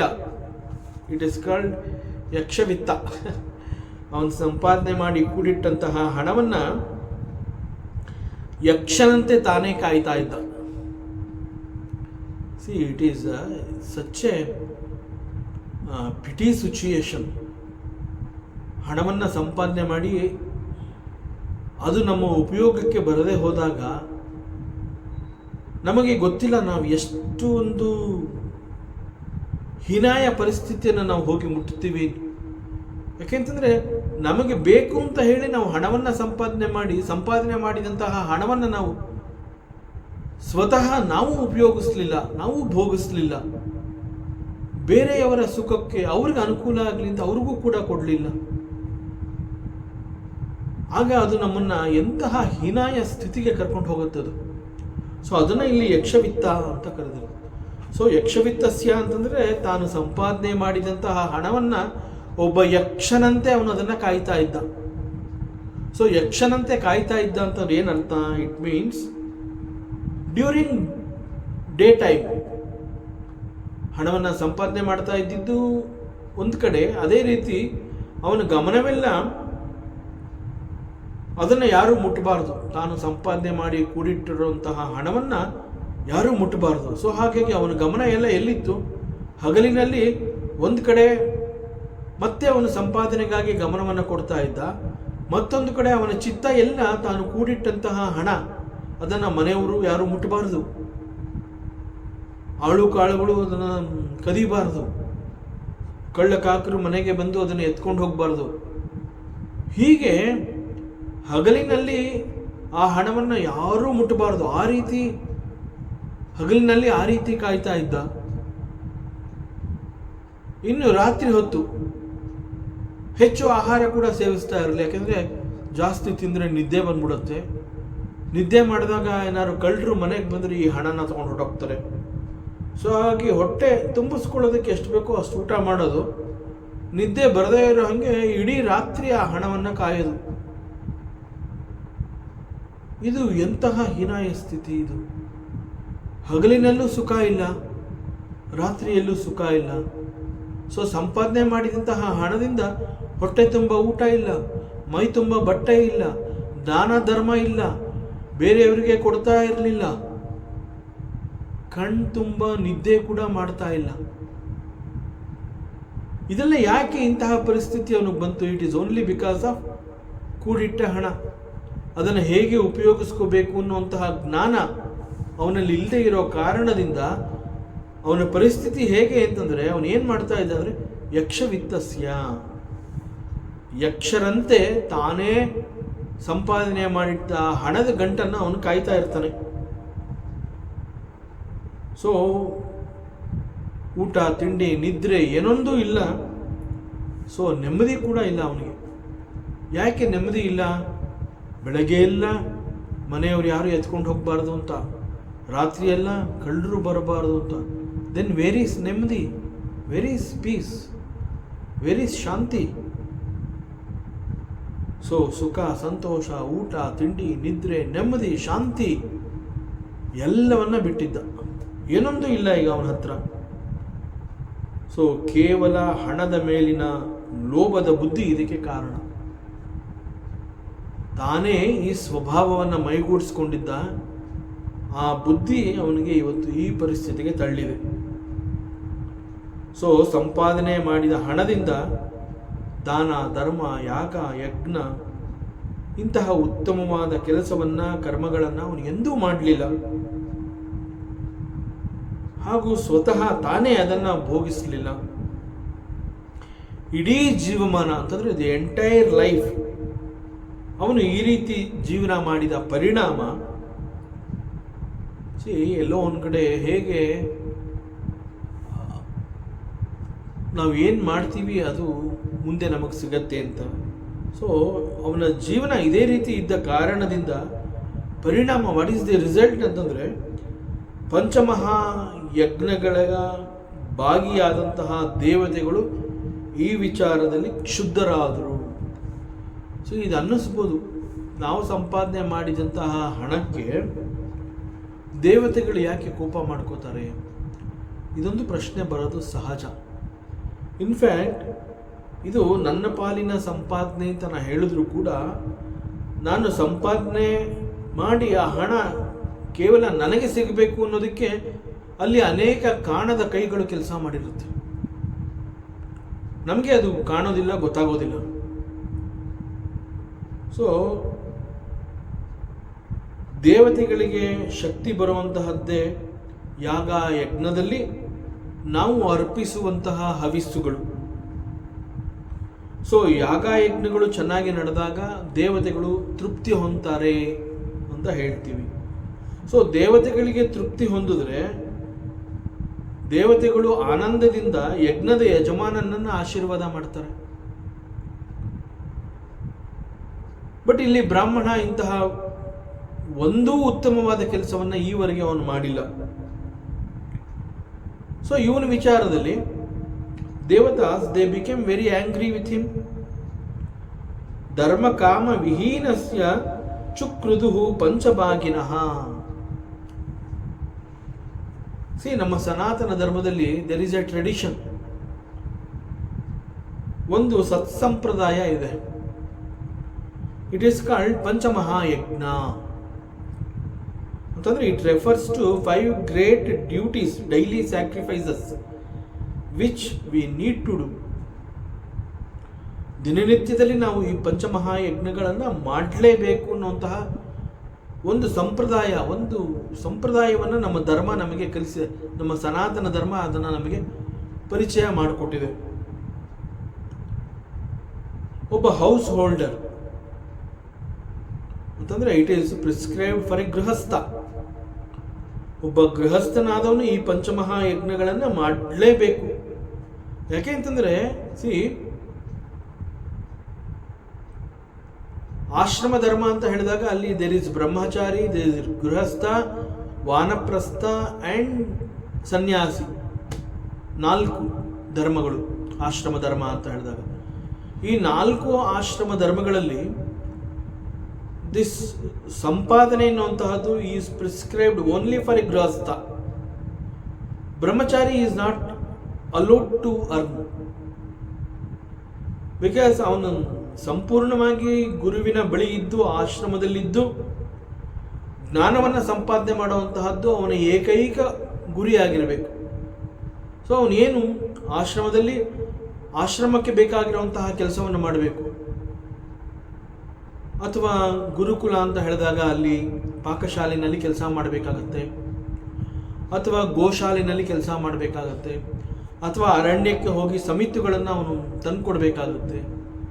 So ಈ ತರಹ ಅವನಿಗೆ ವಹಿಸಿದ ಕೆಲವು ಜವಾಬ್ದಾರಿಗಳನ್ನು ಬಿಟ್ಟರೆ ಇನ್ನು ಉಳಿದ ಎಲ್ಲ ಸಮಯದಲ್ಲಿ ಅವನದು ಅಧ್ಯಯನ, ಸೊ ಜ್ಞಾನ ಸಂಪಾದನೆ. ಅದರಿಂದ ಬ್ರಹ್ಮಚಾರಿ ಈಸ್ ನಾಟ್ ಅಲೋಡ್, ಅವನು ಸಂಪಾದನೆ ಮಾಡೋ ಹಾಗಿಲ್ಲ. ಇನ್ನು ವಾನಪ್ರಸ್ಥ, ವಾನಪ್ರಸ್ಥ ಅಂತಂದರೆ ಈಗಾಗಲೇ ಅವನು ಸಂಪಾದನೆ ಮಾಡಿ ತನ್ನ ಎಲ್ಲ ಜವಾಬ್ದಾರಿಗಳನ್ನು ಮಕ್ಕಳಿಗೆ ವಹಿಸಿರ್ತಾನೆ. ಸೊ ಸಾಕು, ಇನ್ನು ಲೌಕಿಕ ನನಗೆ ಸಾಕು, ನಾನೀಗ ಐ ವಾಂಟ್ ಟು, ನನಗೀಗ ಶಾಂತಿ ನೆಮ್ಮದಿ ಬೇಕು. ಸೊ ವಾನಪ್ರಸ್ಥ ಅಂತ ಹೇಳಿ ಅವನು ಏಕಾಂತವನ್ನು ಬಯಸ್ತಾನೆ. ನನಗೀಗ ನೆಮ್ಮದಿ ಬೇಕು ಅಂತ ಹೇಳಿ ಏಕಾಂತವನ್ನು ಬಯಸಿ ವಾನಪ್ರಸ್ಥ ಅಂತ ಹೇಳಿ he goes to the forest with his wife. So ಅವನು ಏನು ಸಂಪಾದನೆ ಮಾಡಿರ್ತಾನೆ ಅದೆಲ್ಲವನ್ನ ತನ್ನ ಮಕ್ಕಳಿಗೆ ಬಿಟ್ಕೊಟ್ಬಿಟ್ಟಿರ್ತಾನೆ. ಸೊ ಇಲ್ಲಿ ಅನದರ್ ಹಿಡನ್ ಮೆಸೇಜ್ ಏನು ಅಂತಂದರೆ, ನಾನು ಸಂಪಾದನೆ ಮಾಡಿರೋಂತಹದ್ದನ್ನು ಮತ್ತೊಂದು ಪೀಳಿಗೆಗೆ ವರ್ಗಾಯಿಸುವಂತಹ ಬುದ್ಧಿ ಕೂಡ ಅವನು ತಿಳ್ಕೋಬೇಕು. ಲೈಫ್ ಲಾಂಗ್ ನಾನು ಸಂಪಾದನೆ ಮಾಡಿದ್ದು ನನಗೆ ಮಾತ್ರ ಅಂತಲ್ಲ, ಸೊ ಅದನ್ನು ಬಿಟ್ಕೊಡ್ಬೇಕು ಮುಂದಿನ ಪೀಳಿಗೆಗೆ. So vanaprastha is that. So a vanaprastha is also not allowed for sampadane. In ಸನ್ಯಾಸಿ, ಸನ್ಯಾಸಿ ಜೀವನ, ಅವನ ಹೊಟ್ಟೆಗಾಗಿ ಅವನು ಭಿಕ್ಷೆ, ಯಾರು ಏನು ಊಟ ಕೊಡ್ತಾರೆ ಅದನ್ನು ಅವನು ಊಟ ಮಾಡೋವಂತಹದ್ದು. ಸೊ ಸನ್ಯಾಸಿ ಏನು ಧರ್ಮ ಪ್ರಚಾರ, ದಟ್ಸ್ ಆಲ್.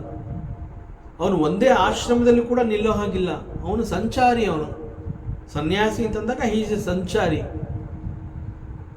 ಸೊ ಹೀಗಾಗಿ ಅನೇಕರ ಪಾಲಿನ ಸಂಪಾದನೆ ಎಲ್ಲ ಒಬ್ಬ ಗೃಹಸ್ಥನಿಗೆ ಆಪರ್ಚುನಿಟಿ ಅದು ಸಂಪಾದನೆ ಮಾಡೋದಕ್ಕೆ. ಸೊ ಗೃಹಸ್ಥ ಅವನಿಗೆ ಹೇರಳವಾದ ಅವಕಾಶ ಇರುತ್ತೆ ಸಂಪಾದನೆ ಮಾಡೋದಕ್ಕೆ. ಹಾಗಾಗಿ ಅವನು ಸಂಪಾದನೆ ಮಾಡಿರೋದ್ರಲ್ಲಿ ಕೆಲವು ಭಾಗ ಬೇರೆ ಬೇರೆಯವ್ರಿಗೂ ಕೂಡ ಸೇರಬೇಕು. So it is the grihastha, because ಅವನು ಚೆನ್ನಾಗಿ ಸಂಪಾದನೆ ಮಾಡೋದ್ರಿಂದ it is his dharma to take care of the brahmacharis. ಅಂತಂದರೆ ಒಂದು ಗುರುಕುಲ ಆಶ್ರಮಕ್ಕೆ ಕೂಡ ಅವನು ಸ್ವಲ್ಪ ಡೊನೇಷನ್ ಕೊಡಬೇಕಾಗತ್ತೆ. ಯಾಕೆಂತಂದ್ರೆ ಅಲ್ಲಿ ಯಾರೂ ಸಂಪಾದನೆ ಮಾಡೋರಿಲ್ಲ. ಮತ್ತು ಇನ್ನು ವಾನಪ್ರಸ್ಥಿ, ಸೊ ಅವ್ರು ಸಂಪಾದನೆ ಮಾಡ್ತಾನೇ ಇಲ್ಲ. So it is his dharma to take care of the senior people, ವಯಸ್ಸಾದ ಹಿರಿಯರನ್ನು ನೋಡ್ಕೊಳ್ಳುವಂತಹದ್ದು ಕೂಡ ಇವನ ಪಾಲಿನ ಕರ್ತವ್ಯ. ಯಾಕೆಂತಂದರೆ ಅವ್ರು ಏನು ಬೇಡ ಅಂತ ಹೇಳಿ ಇರೋದನ್ನೆಲ್ಲ ಮಕ್ಕಳಿಗೆ ಬಿಟ್ಕೊಟ್ಟ ಮೇಲೆ ಇಟ್ ಈಸ್ ದಿ ಡ್ಯೂಟಿ. ಗೃಹಸ್ಥ, he should take care of his parents and the seniors in the family. So vanaprasthi is not, he will not earn. So sannyasi illa, so he has to take care of the vanaprasthi.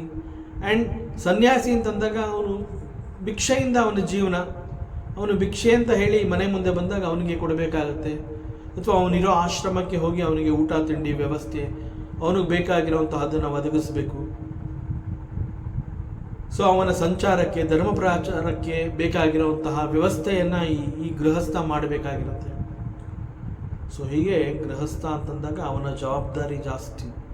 ಇಲ್ಲಿ this ಗೃಹಸ್ಥ, this ಬ್ರಾಹ್ಮಣ ಒಂದು ದಿನ ಕೂಡ ಇಂತಹ ಕೆಲಸವನ್ನು ಅವನು ಮಾಡಿಲ್ಲ. ಎಂದೂ ಕೂಡ ಅವನು ಈ ರೀತಿ ಮಾಡಿಲ್ಲ. ಸೊ ಇಲ್ಲಿ ನಮ್ಮ ಸನಾತನ ಧರ್ಮದಲ್ಲಿ ಈ ಒಂದು ಪಂಚಮಹಾಯಜ್ಞ ಅನ್ನುವಂತಹ ಒಂದು ಕಾನ್ಸೆಪ್ಟ್ ತಂದಿರುವಂತಹದ್ದೇ. ಬಿಕಾಸ್ ಇಲ್ಲಿ ಒಬ್ಬ ಗೃಹಸ್ಥನ responsibility is high and he has to discharge his responsibilities. That is his dharma, that is his karma. So ಹೀಗೆ ಒಬ್ಬ ಗೃಹಸ್ಥನ ಧರ್ಮ ಮತ್ತು ಕರ್ತವ್ಯ ಈ ಪಂಚಮಹಾ ಯಜ್ಞಗಳನ್ನು ಮಾಡುವಂತಹದ್ದು. ಅದರ ಪ್ರಕಾರ ಪ್ರತಿನಿತ್ಯ 5 ರೀತಿಯ ಯಜ್ಞವನ್ನು ಮಾಡಬೇಕಾಗತ್ತೆ ಗೃಹಸ್ಥ. ಆ ರೀತಿ ಯಜ್ಞಗಳನ್ನು ಮಾಡಿ ದೇವತೆಗಳನ್ನು ಅವನು ಸುಪ್ರೀತಗೊಳಿಸಬೇಕಾಗತ್ತೆ. ಯಜ್ಞ ಅಂತ ಮಾಡಿ ಅಲ್ಲಿ ಹವಿಸ್ಸನ್ನು ದೇವತೆಗಳಿಗೆ ಅರ್ಪಿಸಬೇಕು. ಆಗ ದೇವತೆಗಳು they become trupti. So he is expected to perform this to maintain the harmony with the vishwa, and through that he should repay certain debts to the nature and society.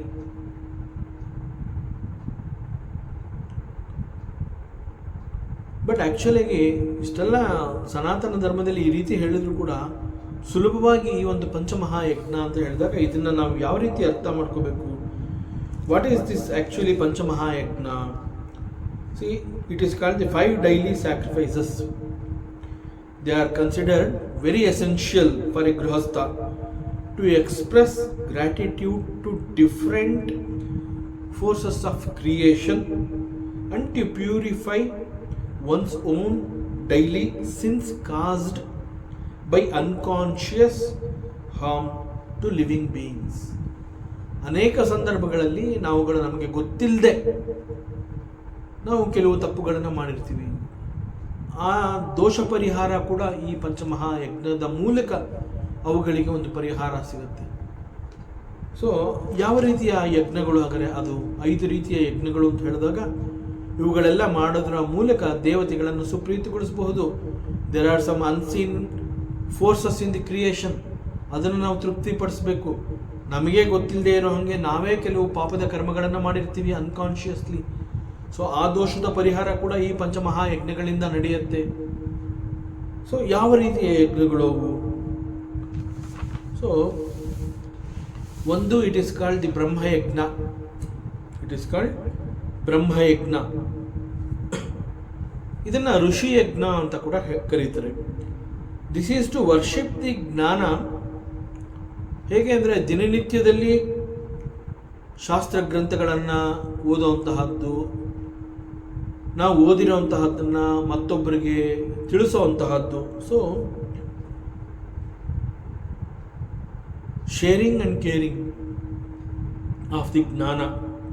So ನಾವೇನು ಓದಿ ತಿಳ್ಕೊತೀವಿ, ಓದಕ್ಕಾಗದೇ ಇರೋವಂತಹವ್ರಿಗೆ ಅದನ್ನು ನಾವು ತಿಳಿಸ್ಕೊಡುವಂತಹದ್ದು. So by doing every day this adhyayana, ಸ್ವಾಧ್ಯಾಯ ಅಂತ ಕೂಡ ಹೇಳ್ತಾರೆ.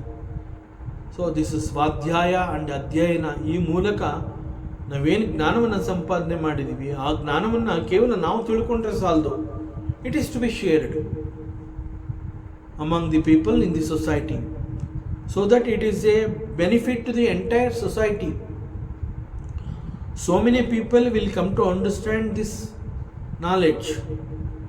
ಸೊ ಇದು ಏನು ಅಂತಂದರೆ, ನಮ್ಮ ಪ್ರಾಚೀನ ಋಷಿ ಮುನಿಗಳು ಏನು ನಮಗೆ ಈ ಒಂದು ಜ್ಞಾನವನ್ನು ಕೊಟ್ಟಿದ್ದಾರೆ. ಯಾಕೆ ಅಂತಂದರೆ ಇವತ್ತು ನಾವೇನು ಹೇಳ್ತೀವಿ, ಆ ವೇದ ಅಂದರೆ ಮಂತ್ರಗಳು ಅಂತ ನಾವೇನು ಹೇಳ್ತೀವಿ, ಅವುಗಳೆಲ್ಲ ನಮಗೆ ಸಿಕ್ಕಿರುವಂತಹದ್ದೇ ಬಿಕಾಸ್ ಆಫ್ ದಿ ನಮ್ಮ ಪ್ರಾಚೀನ ಋಷಿಮುನಿಗಳು ತಮ್ಮ ದೀರ್ಘ ಧ್ಯಾನದ ಅವಸ್ಥೆಯಲ್ಲಿ they were in tune with that divine and they got these mantras. So ಆ ಮಂತ್ರವನ್ನು ಅವರು ಡಿಕೋಡ್ ಮಾಡಿ ಅದನ್ನು ಅನೇಕ ಬೇರೆ ಬೇರೆ ವಿಭಾಗಗಳು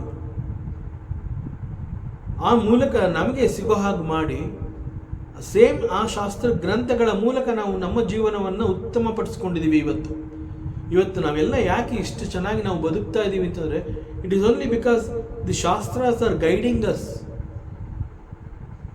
ಅಫ್ಕೋರ್ಸ್ ಲೌಕಿಕ ಜ್ಞಾನದಿಂದ ನಾವು ಸಂಪಾದನೆ ಮಾಡ್ತಾ ಇದ್ದೀವಿ, ನಾವೇನೋ ಊಟ ತಿಂಡಿ ಮಾಡ್ಕೋತಾ ಇದ್ದೀವಿ, ನಾವು ಬದುಕು ಮಾಡ್ತಾ ಇದ್ದೀವಿ ಅಂತ ನಾವು ಹೇಳ್ಕೊತೀವಿ. ಬಟ್ ಸ್ಟಿಲ್ ನಾವು ನಮ್ಮ ಸಂಸ್ಕಾರವನ್ನು ಹೇಗೆ ಬೆಳೆಸ್ಕೋತಾ ಇದ್ದೀವಿ ಆ ಸಂಸ್ಕಾರಗಳು ನಮ್ಮಲ್ಲಿ ಅಷ್ಟು ಉತ್ತಮವಾಗಿ ಬೆಳೀತಾ ಇರೋದಕ್ಕೆ ಕಾರಣ ಏನು? The contributions done by our ಪ್ರಾಚೀನ ಋಷೀಸ್. ಸೊ ನಾವು ಈ ಒಂದು ಶಾಸ್ತ್ರವನ್ನು, ಈ ಒಂದು ಗ್ರಂಥಗಳನ್ನು ದಿನನಿತ್ಯದಲ್ಲಿ ಓದಿ ಅವುಗಳನ್ನು ನಾವು ತಿಳ್ಕೊಂಡು ಅದನ್ನು ಮತ್ತೊಬ್ಬರಿಗೆ ನಾವು ಹಂಚಿದ್ರೆ that is a respect to our ಪ್ರಾಚೀನ ಋಷೀಸ್. ಆಗ ಆ ಋಷಿ ಮುನಿಗಳನ್ನ ನಾವು ತೃಪ್ತಿಪಡಿಸ್ದಂಗೆ ಆಗುತ್ತೆ. ಸೊ ನಾವು ಇನ್ನೇನು ಮಾಡಿ ನೋಡಿ, ನಾವು ಓದೋದನ್ನು ಮತ್ತೊಬ್ಬರಿಗೆ ತಿಳಿಸೋದು ಅಂತಂದ್ರೆ ಇಲ್ಲಿ ಹಣದ ನಾವು ಸಂಪಾದನೆ ಮಾಡಿರೋದು ನಾವು ಎಲ್ಲಿ ಖರ್ಚು ಮಾಡ್ತಾ ಇದ್ದೀವಿ? ನಿಜವಾಗ್ಲೂ ಎಷ್ಟು ಒಳ್ಳೆಯ ಅಭ್ಯಾಸ ಇದು. So it is a respect to our ಪ್ರಾಚೀನ ಋಷೀಸ್. ಒಂದು ಅದು ಓದೋದ್ರಿಂದ ನಮ್ಮ ನಾಲೆಡ್ಜ್ ಕೂಡ ಇಂಪ್ರೂವ್ ಆಗುತ್ತೆ, ಆ್ಯಂಡ್ ಅದನ್ನು ನಾವು ಮತ್ತೊಬ್ಬರಿಗೆ ಕೂಡ ನಾವು ಹೇಳ್ಕೊಟ್ಟ ಹಾಗಾಗತ್ತೆ. So that he will be happy. ಅವನಿಗೂ ಕೂಡ ನನಗೂ ಇದು ಗೊತ್ತಾಯಿತು ಅನ್ನೋಂತಹ ಒಂದು ಸಂತೋಷ.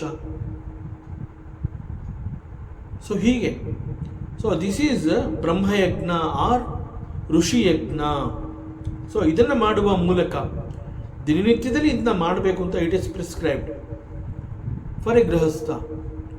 ಸೊ ಇದು ಕೂಡ ಒಂದು ಸಂಸ್ಕಾರವನ್ನು ಬೆಳೆಸುತ್ತೆ, ಧರ್ಮದ ಕಾರ್ಯ ಇದು. ಎರಡನೇದು ದೇವಯಜ್ಞ. ದೇವಯಜ್ಞ ಅಂತಂದರೆ worshipping the gods. So this is generally through offering havissu and oblations in homa. So ಯಾಗಯಜ್ಞಗಳನ್ನು ಮಾಡಿ ಹವಿಸ್ಸುಗಳನ್ನು ಅರ್ಪಿಸುವ ಮೂಲಕ ನಾವು ದೇವತೆಗಳನ್ನು ಸುಪ್ರೀತಗೊಳಿಸ್ತೀವಿ. ಇದು ಒಂದು ವಿಧ. ಬಟ್ ಎಲ್ರಿಗೂ ಕೂಡ ಹೋಮ ಹವನ ಮಾಡೋಕ್ಕಾಗೋದಿಲ್ಲ. ಈವನ್ ಒಂದು ಪ್ರಶಾಂತವಾದ ಜಾಗದಲ್ಲಿ ಕುಳಿತು ಒಂದು ಪ್ರಾರ್ಥನೆಯನ್ನು ದೇವರಿಗೆ ತಲುಪಿಸುವಂಥದ್ದು. ಸರ್ವೇ ಜನ ಸುಖಿನೋ ಭವಂತು. ಎಲ್ರಿಗೂ ಒಳ್ಳೆಯದಾಗಲಿ, ಎಲ್ರೂ ಚೆನ್ನಾಗಿ ನೋಡ್ಕೋ, ಎಲ್ರಿಗೂ ಏನೇನು ಸಿಗಬೇಕಾಗಿದೆ ಅದು ಸಿಗೋ ಹಾಗೆ ಮಾಡು, ಎಲ್ಲರೂ ಚೆನ್ನಾಗಿರಲಿ, ಎಲ್ಲರೂ ಆರೋಗ್ಯವಾಗಿರಲಿ, ಎಲ್ರಿಗೂ ಊಟ ತಿಂಡಿ ಸಿಗಲಿ, ಯಾರಿಗೂ ಕೂಡ ಈ ಹಸಿವೆಯ ಸಂಕಟ ತಟ್ಟಬಾರ್ದು. ಸೊ ಈ ಒಂದು ಪ್ರೇಯರ್ಸ್ ಇದೆಯಲ್ಲ, ಇದು ನಾವು ದೇವತೆಗಳಿಗೆ ಅರ್ಪಿಸ್ತೀವಿ, ನಾವು ಕೇಳ್ಕೋತೀವಿ. ಇದು ಯಾವ ರೀತಿ ಪರಮಾತ್ಮ ನಮ್ಮ ಪ್ರಾರ್ಥನೆಯನ್ನು ಮನ್ನಿಸಿ ಬೇರೆಯವ್ರನ್ನ ಹೇಗಿಟ್ಟಿರ್ತಾನೆ ಅದು ನಮ್ಗೆ ಅರ್ಥ ಆಗದೆ ಇರಬಹುದು. ಬಟ್ ಅಟ್ಲೀಸ್ಟ್ ನಮಗೆ ಸಿಗುವಂತಹ ಬೆನಿಫಿಟ್ ಏನು? ನಾವು ಕೂತ್ಕೊಂಡು ಇಂತಹ ಒಂದು ಪ್ರಾರ್ಥನೆಯನ್ನು ನಾವು ಮಾಡಿದ್ದೀವಿ ಅಂತಂದರೆ to that extent our mind becomes very calm. To that extent our mind becomes pure. ನಮಗೆ ಎಷ್ಟು ನೆಮ್ಮದಿ ಸಿಗುತ್ತೆ. This is called devayajna. ನಾವೀಗ ದೇವರ ಪೂಜೆ ಅಂತ ನಾವೇನು ಮಾಡ್ತೀವಿ, ಹೂವು ಹಣ್ಣು ಎಲ್ಲ ಇಟ್ಕೊಂಡು ನಾವು ಕೂತ್ಕೋತೀವಿ ದೇವ್ರ ಮನೆಯಲ್ಲಿ ದೇವ್ರಿಗೆ ಪೂಜೆ ಮಾಡಬೇಕು ಅಂತ. ಆ ದೇವ್ರನ್ನ ಒರೆಸ್ತೀವಿ, ಆ ನೀರಿನಲ್ಲಿ ಹಾಕಿ ತೊಳೆದ್ಬಿಟ್ಟು ಪರಮಾತ್ಮನಿಗೆ ಸ್ನಾನ ಮಾಡಿಸೋದ್ವಿ ಅಂತ ಹೇಳ್ತೀವಿ. ಆಮೇಲೆ ಪರಮಾತ್ಮ ಶುಭ್ರವಾದ ಬಟ್ಟೆಯಿಂದ ಅದನ್ನೆಲ್ಲ ಆ ವಿಗ್ರಹವನ್ನೆಲ್ಲ ಒರೆಸ್ತೀವಿ, ಮತ್ತೆ ಇಡ್ತೀವಿ, ಮತ್ತು ಹೂವು ಅಲಂಕಾರ ಮಾಡ್ತೀವಿ, ಹೊಸ ವಸ್ತ್ರವನ್ನು ಹಾಕ್ತೀವಿ, ಹೂವು ಇಡ್ತೀವಿ, ಅಲಂಕಾರ ಮಾಡ್ತೀವಿ, ಅರಿಶಿನ ಕುಂಕುಮ ಚಂದನ ಇತ್ಯಾದಿಗಳನ್ನೆಲ್ಲ ನಾವು ಹಾಕ್ತೀವಿ. ಆಮೇಲೆ ಏನು ಮಾಡ್ತೀವಿ,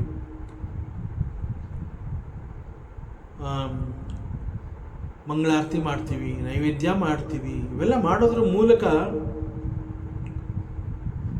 ಭಗವಂತ ಕೇಳಿಲ್ಲ ನನಗೆ ಹಣ್ಣುಗಳು ಇಟ್ಟು ನನಗೆ ನೈವೇದ್ಯ ಮಾಡು ಅಥವಾ ನನಗೆ ಇಂತಹ ವಸ್ತ್ರವನ್ನು ತೊಡಿಸು, ಈ ರೀತಿಯ ಅಲಂಕಾರ ಮಾಡು, ಅವನು ಕೇಳಿಲ್ಲ.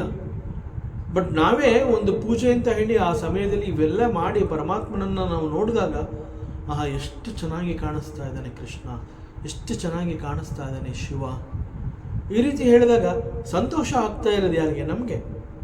ಆ್ಯಕ್ಚುಲಾಗಿ ವಿ ಫೀಲ್ ಹ್ಯಾಪಿ.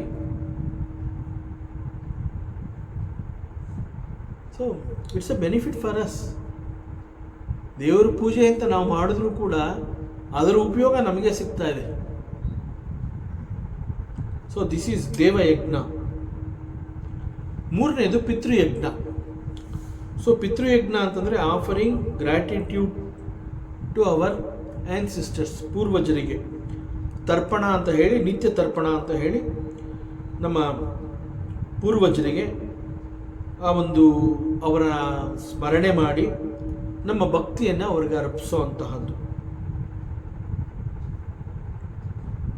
ಸೊ ಈ ರೀತಿ ಮಾಡೋದ್ರಿಂದ ಕೂಡ ನಾವು ದಿನನಿತ್ಯದಲ್ಲಿ ನಮ್ಮ ಹಿರಿಯರನ್ನು ನಾವು ಸ್ಮರಣೆ ಮಾಡಿದಾಗುತ್ತೆ, ಎಷ್ಟೋ ಸಮಾಧಾನ ಆಗುತ್ತೆ. ನಮ್ಮ ವಂಶದಲ್ಲಿ ಇಂತಹವರೆಲ್ಲ ಇದ್ರಾ ಮತ್ತೆ ಅದೆಲ್ಲ ನಮ್ಮ ನೆನಪಿಗೆ ಬರುತ್ತೆ. ಅದಾದಮೇಲೆ 4ನೇದು, ಇಟ್ ಇಸ್ ಕಾಲ್ಡ್ ಮನುಷ್ಯ ಯಜ್ಞ ಅಥವಾ ಅತಿಥಿ ಯಜ್ಞ. ಅತಿಥಿ ಯಜ್ಞ ಅಂತಂದರೆ service to the human beings. It is ಅತಿಥಿ ಸೇವೆ ಅಂದ್ಬಿಟ್ಟು ಮನೆಗೆ ಯಾರನ್ನೋ ಕರೆದು ಊಟ ಹಾಕೋದು ಅಷ್ಟು ಮಾತ್ರ ಅಲ್ಲ. ಇಲ್ಲಿ service to the human kind ಅಂತಂದಾಗ there are so many people, ದೀನ ದಲಿತರು ಅಂತ ನಾವೇನು ಹೇಳ್ತೀವಿ, ಎಷ್ಟೋ ಜನಗಳಿಗೆ ಅನೇಕ ಬೇರೆ ಬೇರೆ ಕಾರಣಗಳಿಂದ ಅವರಿಗೆ ಒಂದು ಸಂಪಾದನೆ ಮಾಡೋಕ್ಕಾಗೋದಿಲ್ಲ, ಅವರ ಕೆಲಸಗಳನ್ನು ಅವ್ರು ಮಾಡ್ಕೊಳಕ್ಕಾಗೋದಿಲ್ಲ. So they will be expecting ಯಾರಾದರೂ ಬಂದು ಏನಾದ್ರು ಒಂದು ಸ್ವಲ್ಪ ನನಗೆ ಹೆಲ್ಪ್ ಮಾಡ್ಬೋದಾ ಅಂತ ಅವ್ರು ಕಾಯ್ತಾ ಇರ್ತಾರೆ. ಅವರು they are called the ashaktas. ಭಗವಂತ ನಮಗೆ ಎಲ್ಲ ರೀತಿಯಿಂದ ನಮಗೆ ಕೊಟ್ಟಿದ್ದಾನೆ ಅಂತಂದಾಗ it is our duty that we have to take care of them. ಎಲ್ಲೋ 10 ನಿಮಿಷ ಅವ್ರ ಜೊತೆ ಮಾತಾಡೋವಂತಹದ್ದು, ಅವ್ರಿಗೆ ಬೇಕಾಗಿರೋವಂತಹದ್ದು ಕೊಡೋದು, ಅವ್ರ ಜೊತೆ 2 ನಿಮಿಷ ಟೈಮ್ ಪಾಸ್ ಮಾಡೋವಂತಹದ್ದು, ಎಲ್ಲೋ ಅವ್ರನ್ನ ಕರ್ಕೊಂಡೋಗಿ ಬಿಡೋವಂತಹದ್ದು, ಎಲ್ಲಿಂದನೂ ಕರ್ಕೊಂಬರೋವಂತಹದ್ದು, ಅವ್ರಿಗೆ ಬೇಕಾಗಿರುವಂತಹ ಊಟ ಉಪಚಾರ ಇನ್ನೇನಾರು ಮಾಡೋವಂತಹದ್ದು ಇದೆಯಾ, ಅವ್ರನ್ನ ಜಸ್ಟ್ ವಿಚಾರಿಸ್ಕೊಂಡ್ರೆ ಸಾಕು, ಅವ್ರಿಗೆ ಎಷ್ಟೋ ತೃಪ್ತಿ ಆಗುತ್ತೆ. ಆ್ಯಂಡ್ ಅತಿಥಿ ಸೇವೆ ಅಫ್ಕೋರ್ಸ್. ಅದಕ್ಕೆ ನಾವು ಅತಿಥಿ ಅಂತ ಹೇಳಿದಾಗ we call him he is A ದೇವ. ಅತಿಥಿಯನ್ನು ನಾವು ದೇವರು ಅಂತಲೇ ನಾವು ತಿಳ್ಕೊಂಡಿದ್ದೀವಿ. ಸೊ ಅದರಿಂದ ಮನುಷ್ಯ ಯಜ್ಞ, ಅತಿಥಿ ಯಜ್ಞ, ಆತಿಥ್ಯವನ್ನು ಕೊಟ್ಟು ಸತ್ಕಾರ ಮಾಡುವಂತಹದ್ದು. ಈ ಮೂಲಕ ಕೂಡ ನಾವು ಅವರಲ್ಲಿ ಇರುವಂತಹ ಪರಮಾತ್ಮನನ್ನು ತೃಪ್ತಿಪಡಿಸಿದಾಗತ್ತೆ. ಆ್ಯಂಡ್ 5ನೇದು ಭೂತಯಜ್ಞ. ಭೂತಯಜ್ಞ ಅಂತಂದರೆ ಕೊನೆಯದಾಗಿ ನಾವು we have to show compassion to all the living beings. ಅನೇಕ ರೀತಿಯ ಪ್ರಾಣಿ ಪಕ್ಷಿಗಳು ಎಲ್ಲ ಒಂದು ರೀತಿಯಲ್ಲಿ ನಾವೇನಾದರೂ ಮಾಡಿದ್ರೆ ಅವುಗಳಿಗೂ ಕೂಡ ತಲುಪತ್ತೆ. ಈಗ ಸಾಮಾನ್ಯವಾಗಿ ಅನೇಕರು ಬೇಸಿಗೆ ಸಮಯದಲ್ಲಿ ಮನೆಯ ಮೇಲ್ಛಾವಣಿ ಮೇಲೆ ಒಂದು ಬಟ್ಲಲ್ಲಿ ನೀರಿಡ್ತಾರೆ. ಮೇಲ್ಗಡೆ ಹಾರ್ತಾ ಇರುವಂತಹ ಪಕ್ಷಿ ಬಿಸಿಲು ತಾಳಕ್ಕಾಗದೆ ನೀರನ್ನು ಹುಡುಕ್ತಾ ಇರುವಂತಹ ಸಂದರ್ಭದಲ್ಲಿ ಅಲ್ಲಿ ಮೇಲ್ಛಾವಣಿನಲ್ಲಿ ಇಟ್ಟಿರುವಂತಹ ಒಂದು ಸ್ವಲ್ಪ ನೀರು ಅದು ಕುಡಿದ್ರೆ ಎಷ್ಟೋ ತೃಪ್ತಿ. ಮನೆ ಮುಂದೆ ನೀರಿಡ್ತಾರೆ, ಹೋಗಿ ಬರುವಂತಹ ಹಸುಗಳು ಆ ನೀರನ್ನು ಕುಡಿಯತ್ವೆ, ನಾಯಿಗಳು ಕುಡಿಯತ್ವೆ. ಮತ್ತು ಕೆಲವರು ದೇ ಪ್ರಾಕ್ಟೀಸ್, ಎಲ್ಲೋ ಇರುವೆ ಗೂಡು ನೋಡ್ತಾರೆ, ಅಲ್ಲಿ ಹೋಗಿ ಒಂದಿಷ್ಟು ಸಕ್ಕರೆ ಹಾಕ್ತಾರೆ. ಇವ್ರು ಸಕ್ಕರೆ ಹಾಕದೆ ಹೋದ್ರು ಕೂಡ ಆ ಇರುವೆಗಳು ಎಲ್ಲೋ ಹೋಗಿ ಆಹಾರ ಸಂಪಾದನೆ ಮಾಡ್ಕೋತಾ ಇರ್ತಾರೆ. ಬಟ್ ತೃಪ್ತಿ ಯಾರಿಗೆ ಸಿಗ್ತಾ ಇದೆ? ಥಿಂಕ್. ಸೊ ನಾವು ಈ 5 ರೀತಿಯ ಯಜ್ಞಗಳನ್ನು ಮಾಡೋದ್ರಿಂದ ಇದು ನಮಗೆ ಬೆನಿಫಿಟ್ಟು. ಬಟ್ ಇಲ್ಲಿ ದೇವತೆಗಳಿಗೆ ಪ್ರೀತಿಗೊಳಿಸಿದಾಗ ಆಗತ್ತೆ ಅಂತ ಯಾಕೆ ಹೇಳಿದ್ದಾರೆ ಅಂತಂದರೆ at least you have that fear. So if he is happy I will be happy, ಆ ಒಂದು ಕಾನ್ಸೆಪ್ಟ್. ಸೊ ಅಗೇನ್ ನಮಗೆ ಬೆನಿಫಿಟ್ ಇದು. ಸೊ ನಮ್ಮ ಬೆನಿಫಿಟ್ಗೋಸ್ಕರವಾಗಿ ಈ ಒಂದು ಪಂಚಯಜ್ಞವನ್ನು ಪ್ರಿಸ್ಕ್ರೈಬ್ ಮಾಡಿರೋಂತಹದ್ದು ನಮ್ಮ ಸನಾತನ ಧರ್ಮ. ಸೊ ಆ್ಯಕ್ಚುಲಾಗಿ ನಮಗೆ ಅದು ಬೆನಿಫಿಟ್, ಬೇರೆ ಯಾರಿಗೂ ಅಲ್ಲ. We will be more benefited. So ನಿನ್ನ ಬದುಕು ಉತ್ತಮವಾಗಿರಲಿ ಅಂತಲೇ ನಮ್ಮ ಶಾಸ್ತ್ರ ವೇದಾಂತ ಇವೆಲ್ಲ ತಿಳಿಸ್ತಾ ಇರುವಂತಹದ್ದು, ಬೇರೆ ಏನೂ ಅಲ್ಲ ಅದು. ಸೊ ದಿಸ್ ಅವಂತಿ ಬ್ರಾಹ್ಮಣ ಅವನು ಸಂಪಾದನೆ ಮಾಡಿದಂತಹ ಹಣದಲ್ಲಿ ಒಂದು ದಿನ ಕೂಡ ಇಂತಹ ಯಾಗ, ಯಜ್ಞ, ದೇವತಾ ಕಾರ್ಯ, ಪಂಚಯಜ್ಞ, ಪ್ರಾಣಿ ಪಕ್ಷಿಗಳ ಬಗ್ಗೆ, ದೀನದಲಿತರ ಬಗ್ಗೆ ಎಂದೂ ಕೂಡ ಅವನು ಕರುಣೆಯನ್ನು ತೋರಿಸಲಿಲ್ಲ. ಸೊ ಯಾವತ್ತೂ ಕೂಡ ಅವನು ಈ ಪಂಚಮಹಾ ಯಜ್ಞಗಳನ್ನು ಮಾಡದೇ ಇದ್ದಿದ್ದರಿಂದ, ಬಿಕಾಸ್ ಹಿ ಈಸ್ ಎ ಗೃಹಸ್ಥ, ತಾನು ಮಾಡಲೇಬೇಕಾಗಿರುವಂತಹದ್ದನ್ನು ಮಾಡಲಿಲ್ಲ. ಈ ಕಾರಣದಿಂದ ದೇವತೆಗಳು ದೇ ಆರ್ ದಿ ಪಂಚಯಜ್ಞಗಳಲ್ಲಿ ದೇ ಆರ್ ದಿ ಬಾಗಿನಃ ಶೇರ್ ಹೋಲ್ಡರ್ಸ್. ಅವರಿಗೆ ತಮ್ಮ ಪಾಲಿಗೆ ಸಿಗಬೇಕಾಗಿದ್ದಂತಹ ಹವಿಸ್ಸುಗಳು ಅವರಿಗೆ ಸಿಕ್ಕಲಿಲ್ಲ. ದೇವತೆಗಳ strength is because of the havissu. ಅವುಗಳನ್ನು ನಾವು ಅರ್ಪಣೆ ಮಾಡುವ ಮೂಲಕ ದೇವತೆಗಳಿಗೆ ಅದು ಶಕ್ತಿಯನ್ನು ಒದಗಿಸುತ್ತೆ.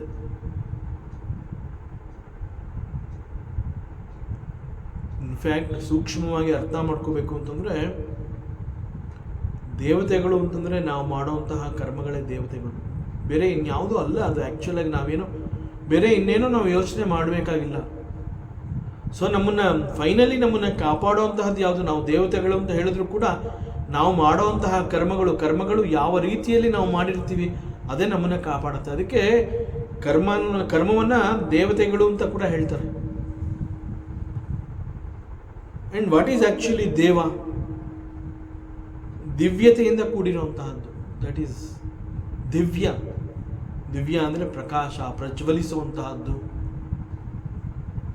ಸೊ ಎಲ್ರಿಗೂ ಸಿಗಬೇಕಾಗಿ ಲೈಟ್ ಅಂತಂದ್ರೆ ಏನದು? It is for everybody. ದಿವ್ಯ ಅಂತಂದರೆ ಅರ್ಥ ದೇವರು ಅಂತಂದ್ರೆ ಹಾಗೆ ಈಸ್ ಎ ಗಿವರ್ ಅಂತ ನಾವು ಹೇಳ್ತೀವಿ. So it is the karma alone. So this is so unfortunate. This Ujjayini Brahmana, this ಗೃಹಸ್ಥ, ಅವನು ತಾನು ಸಂಪಾದನೆ ಮಾಡಿದಂತಹ ಹಣದಿಂದ ತಾನೂ ಕೂಡ ಸುಖ ಪಡಲಿಲ್ಲ, ಹೆಂಡತಿ ಮಕ್ಕಳನ್ನ ಸುಖ ಪಡಿಸಲಿಲ್ಲ, ಮನೆಯಲ್ಲಿ ಕೆಲಸ ಮಾಡ್ತಾ ಇದ್ದಂತಹ ಆಳು ಕಾಳು ಸಿಬ್ಬಂದಿಗಳು, ಸೊ ಈ ಪ್ರತಿಯೊಬ್ಬರು ಕೂಡ ಇವನ ಬಗ್ಗೆ ಜಿಗುಪ್ಸೆಗೊಳ್ತಾರೆ. ಅಂತಹ ಒಂದು ಪರಿಸ್ಥಿತಿ ನಿರ್ಮಾಣ ಆಗುತ್ತೆ. ಸರಿಯಾಗಿ ಅದೇ ಸಮಯಕ್ಕೆ ಅವನು ಎಂದೂ ಕೂಡ ಈ ಒಂದು ಪಂಚಯಜ್ಞಗಳನ್ನು ಮಾಡದ ಕಾರಣದಿಂದ ಇವನ ಭಾಗಕ್ಕೆ ಆ ದೇವತೆಗಳು ಕೂಡ ಕೋಪಗೊಳ್ತಾರೆ. ಸೊ ಎಲ್ಲ ಒಂದು ಟೈಮಲ್ಲಿ ಇವನ ಹತ್ತಿರಕ್ಕೆ ಬರೋಕ್ಕೆ ರೆಡಿ ಆಯಿತು. ಹೆಂಡತಿ ಮಕ್ಕಳು ಜಿಗುಪ್ಸೆ ಹೊಂದಿದ್ರು, ಆಳು ಕಾಳುಗಳು ಜಿಗುಪ್ಸೆ ಹೊಂದಿದ್ರು, ಕುಲ ಬಾಂಧವರು, ನೆಂಟರು, ಇಷ್ಟರು, ಬಂಧುಗಳು ಎಲ್ಲರೂ ಇವನ ವಿಚಾರದಲ್ಲಿ ಜಿಗುಪ್ಸೆಯನ್ನು ಹೊಂದುತ್ತಾರೆ. ಎಕ್ಸಾಕ್ಟ್ಲಿ ಅದೇ ಸಮಯಕ್ಕೆ ದೇವತೆಗಳು ಕೂಡ ಇವನ ಭಾಗದಲ್ಲಿ ಕೋಪಗೊಳ್ತಾರೆ. ಸೊ ಆ ಪರಿಸ್ಥಿತಿ ನಿರ್ಮಾಣ ಆಯಿತು ಫಾರ್ ದಿಸ್ ಉಜ್ಜಯಿನಿ ಬ್ರಾಹ್ಮಣ. ಇಂತಹ ಪಾಪಕ್ಕೆ ಆ ಬ್ರಾಹ್ಮಣ ಗುರಿಯಾದ. ಮತ್ತಷ್ಟು ವಿಚಾರ ಇದೆ, ಮುಂದಿನ ಅವಕಾಶದಲ್ಲಿ ಮತ್ತೆ ಮುಂದುವರಿಸೋಣ. ಓಂ ಪೂರ್ಣಮದ ಪೂರ್ಣಮಿದಂ ಪೂರ್ಣಾತ್ ಪೂರ್ಣಮುದಚ್ಯತೆ ಪೂರ್ಣಸ್ಯ ಪೂರ್ಣಮಾದಾಯ ಪೂರ್ಣಮೇವಾವಶಿಷ್ಯತೆ. ಓಂ ಶಾಂತಿ ಶಾಂತಿ ಶಾಂತಿ. ಹರಿ ಓಂ. ಶ್ರೀ ಗುರುಭ್ಯೋ ನಮಃ. ಹರಿ ಓಂ.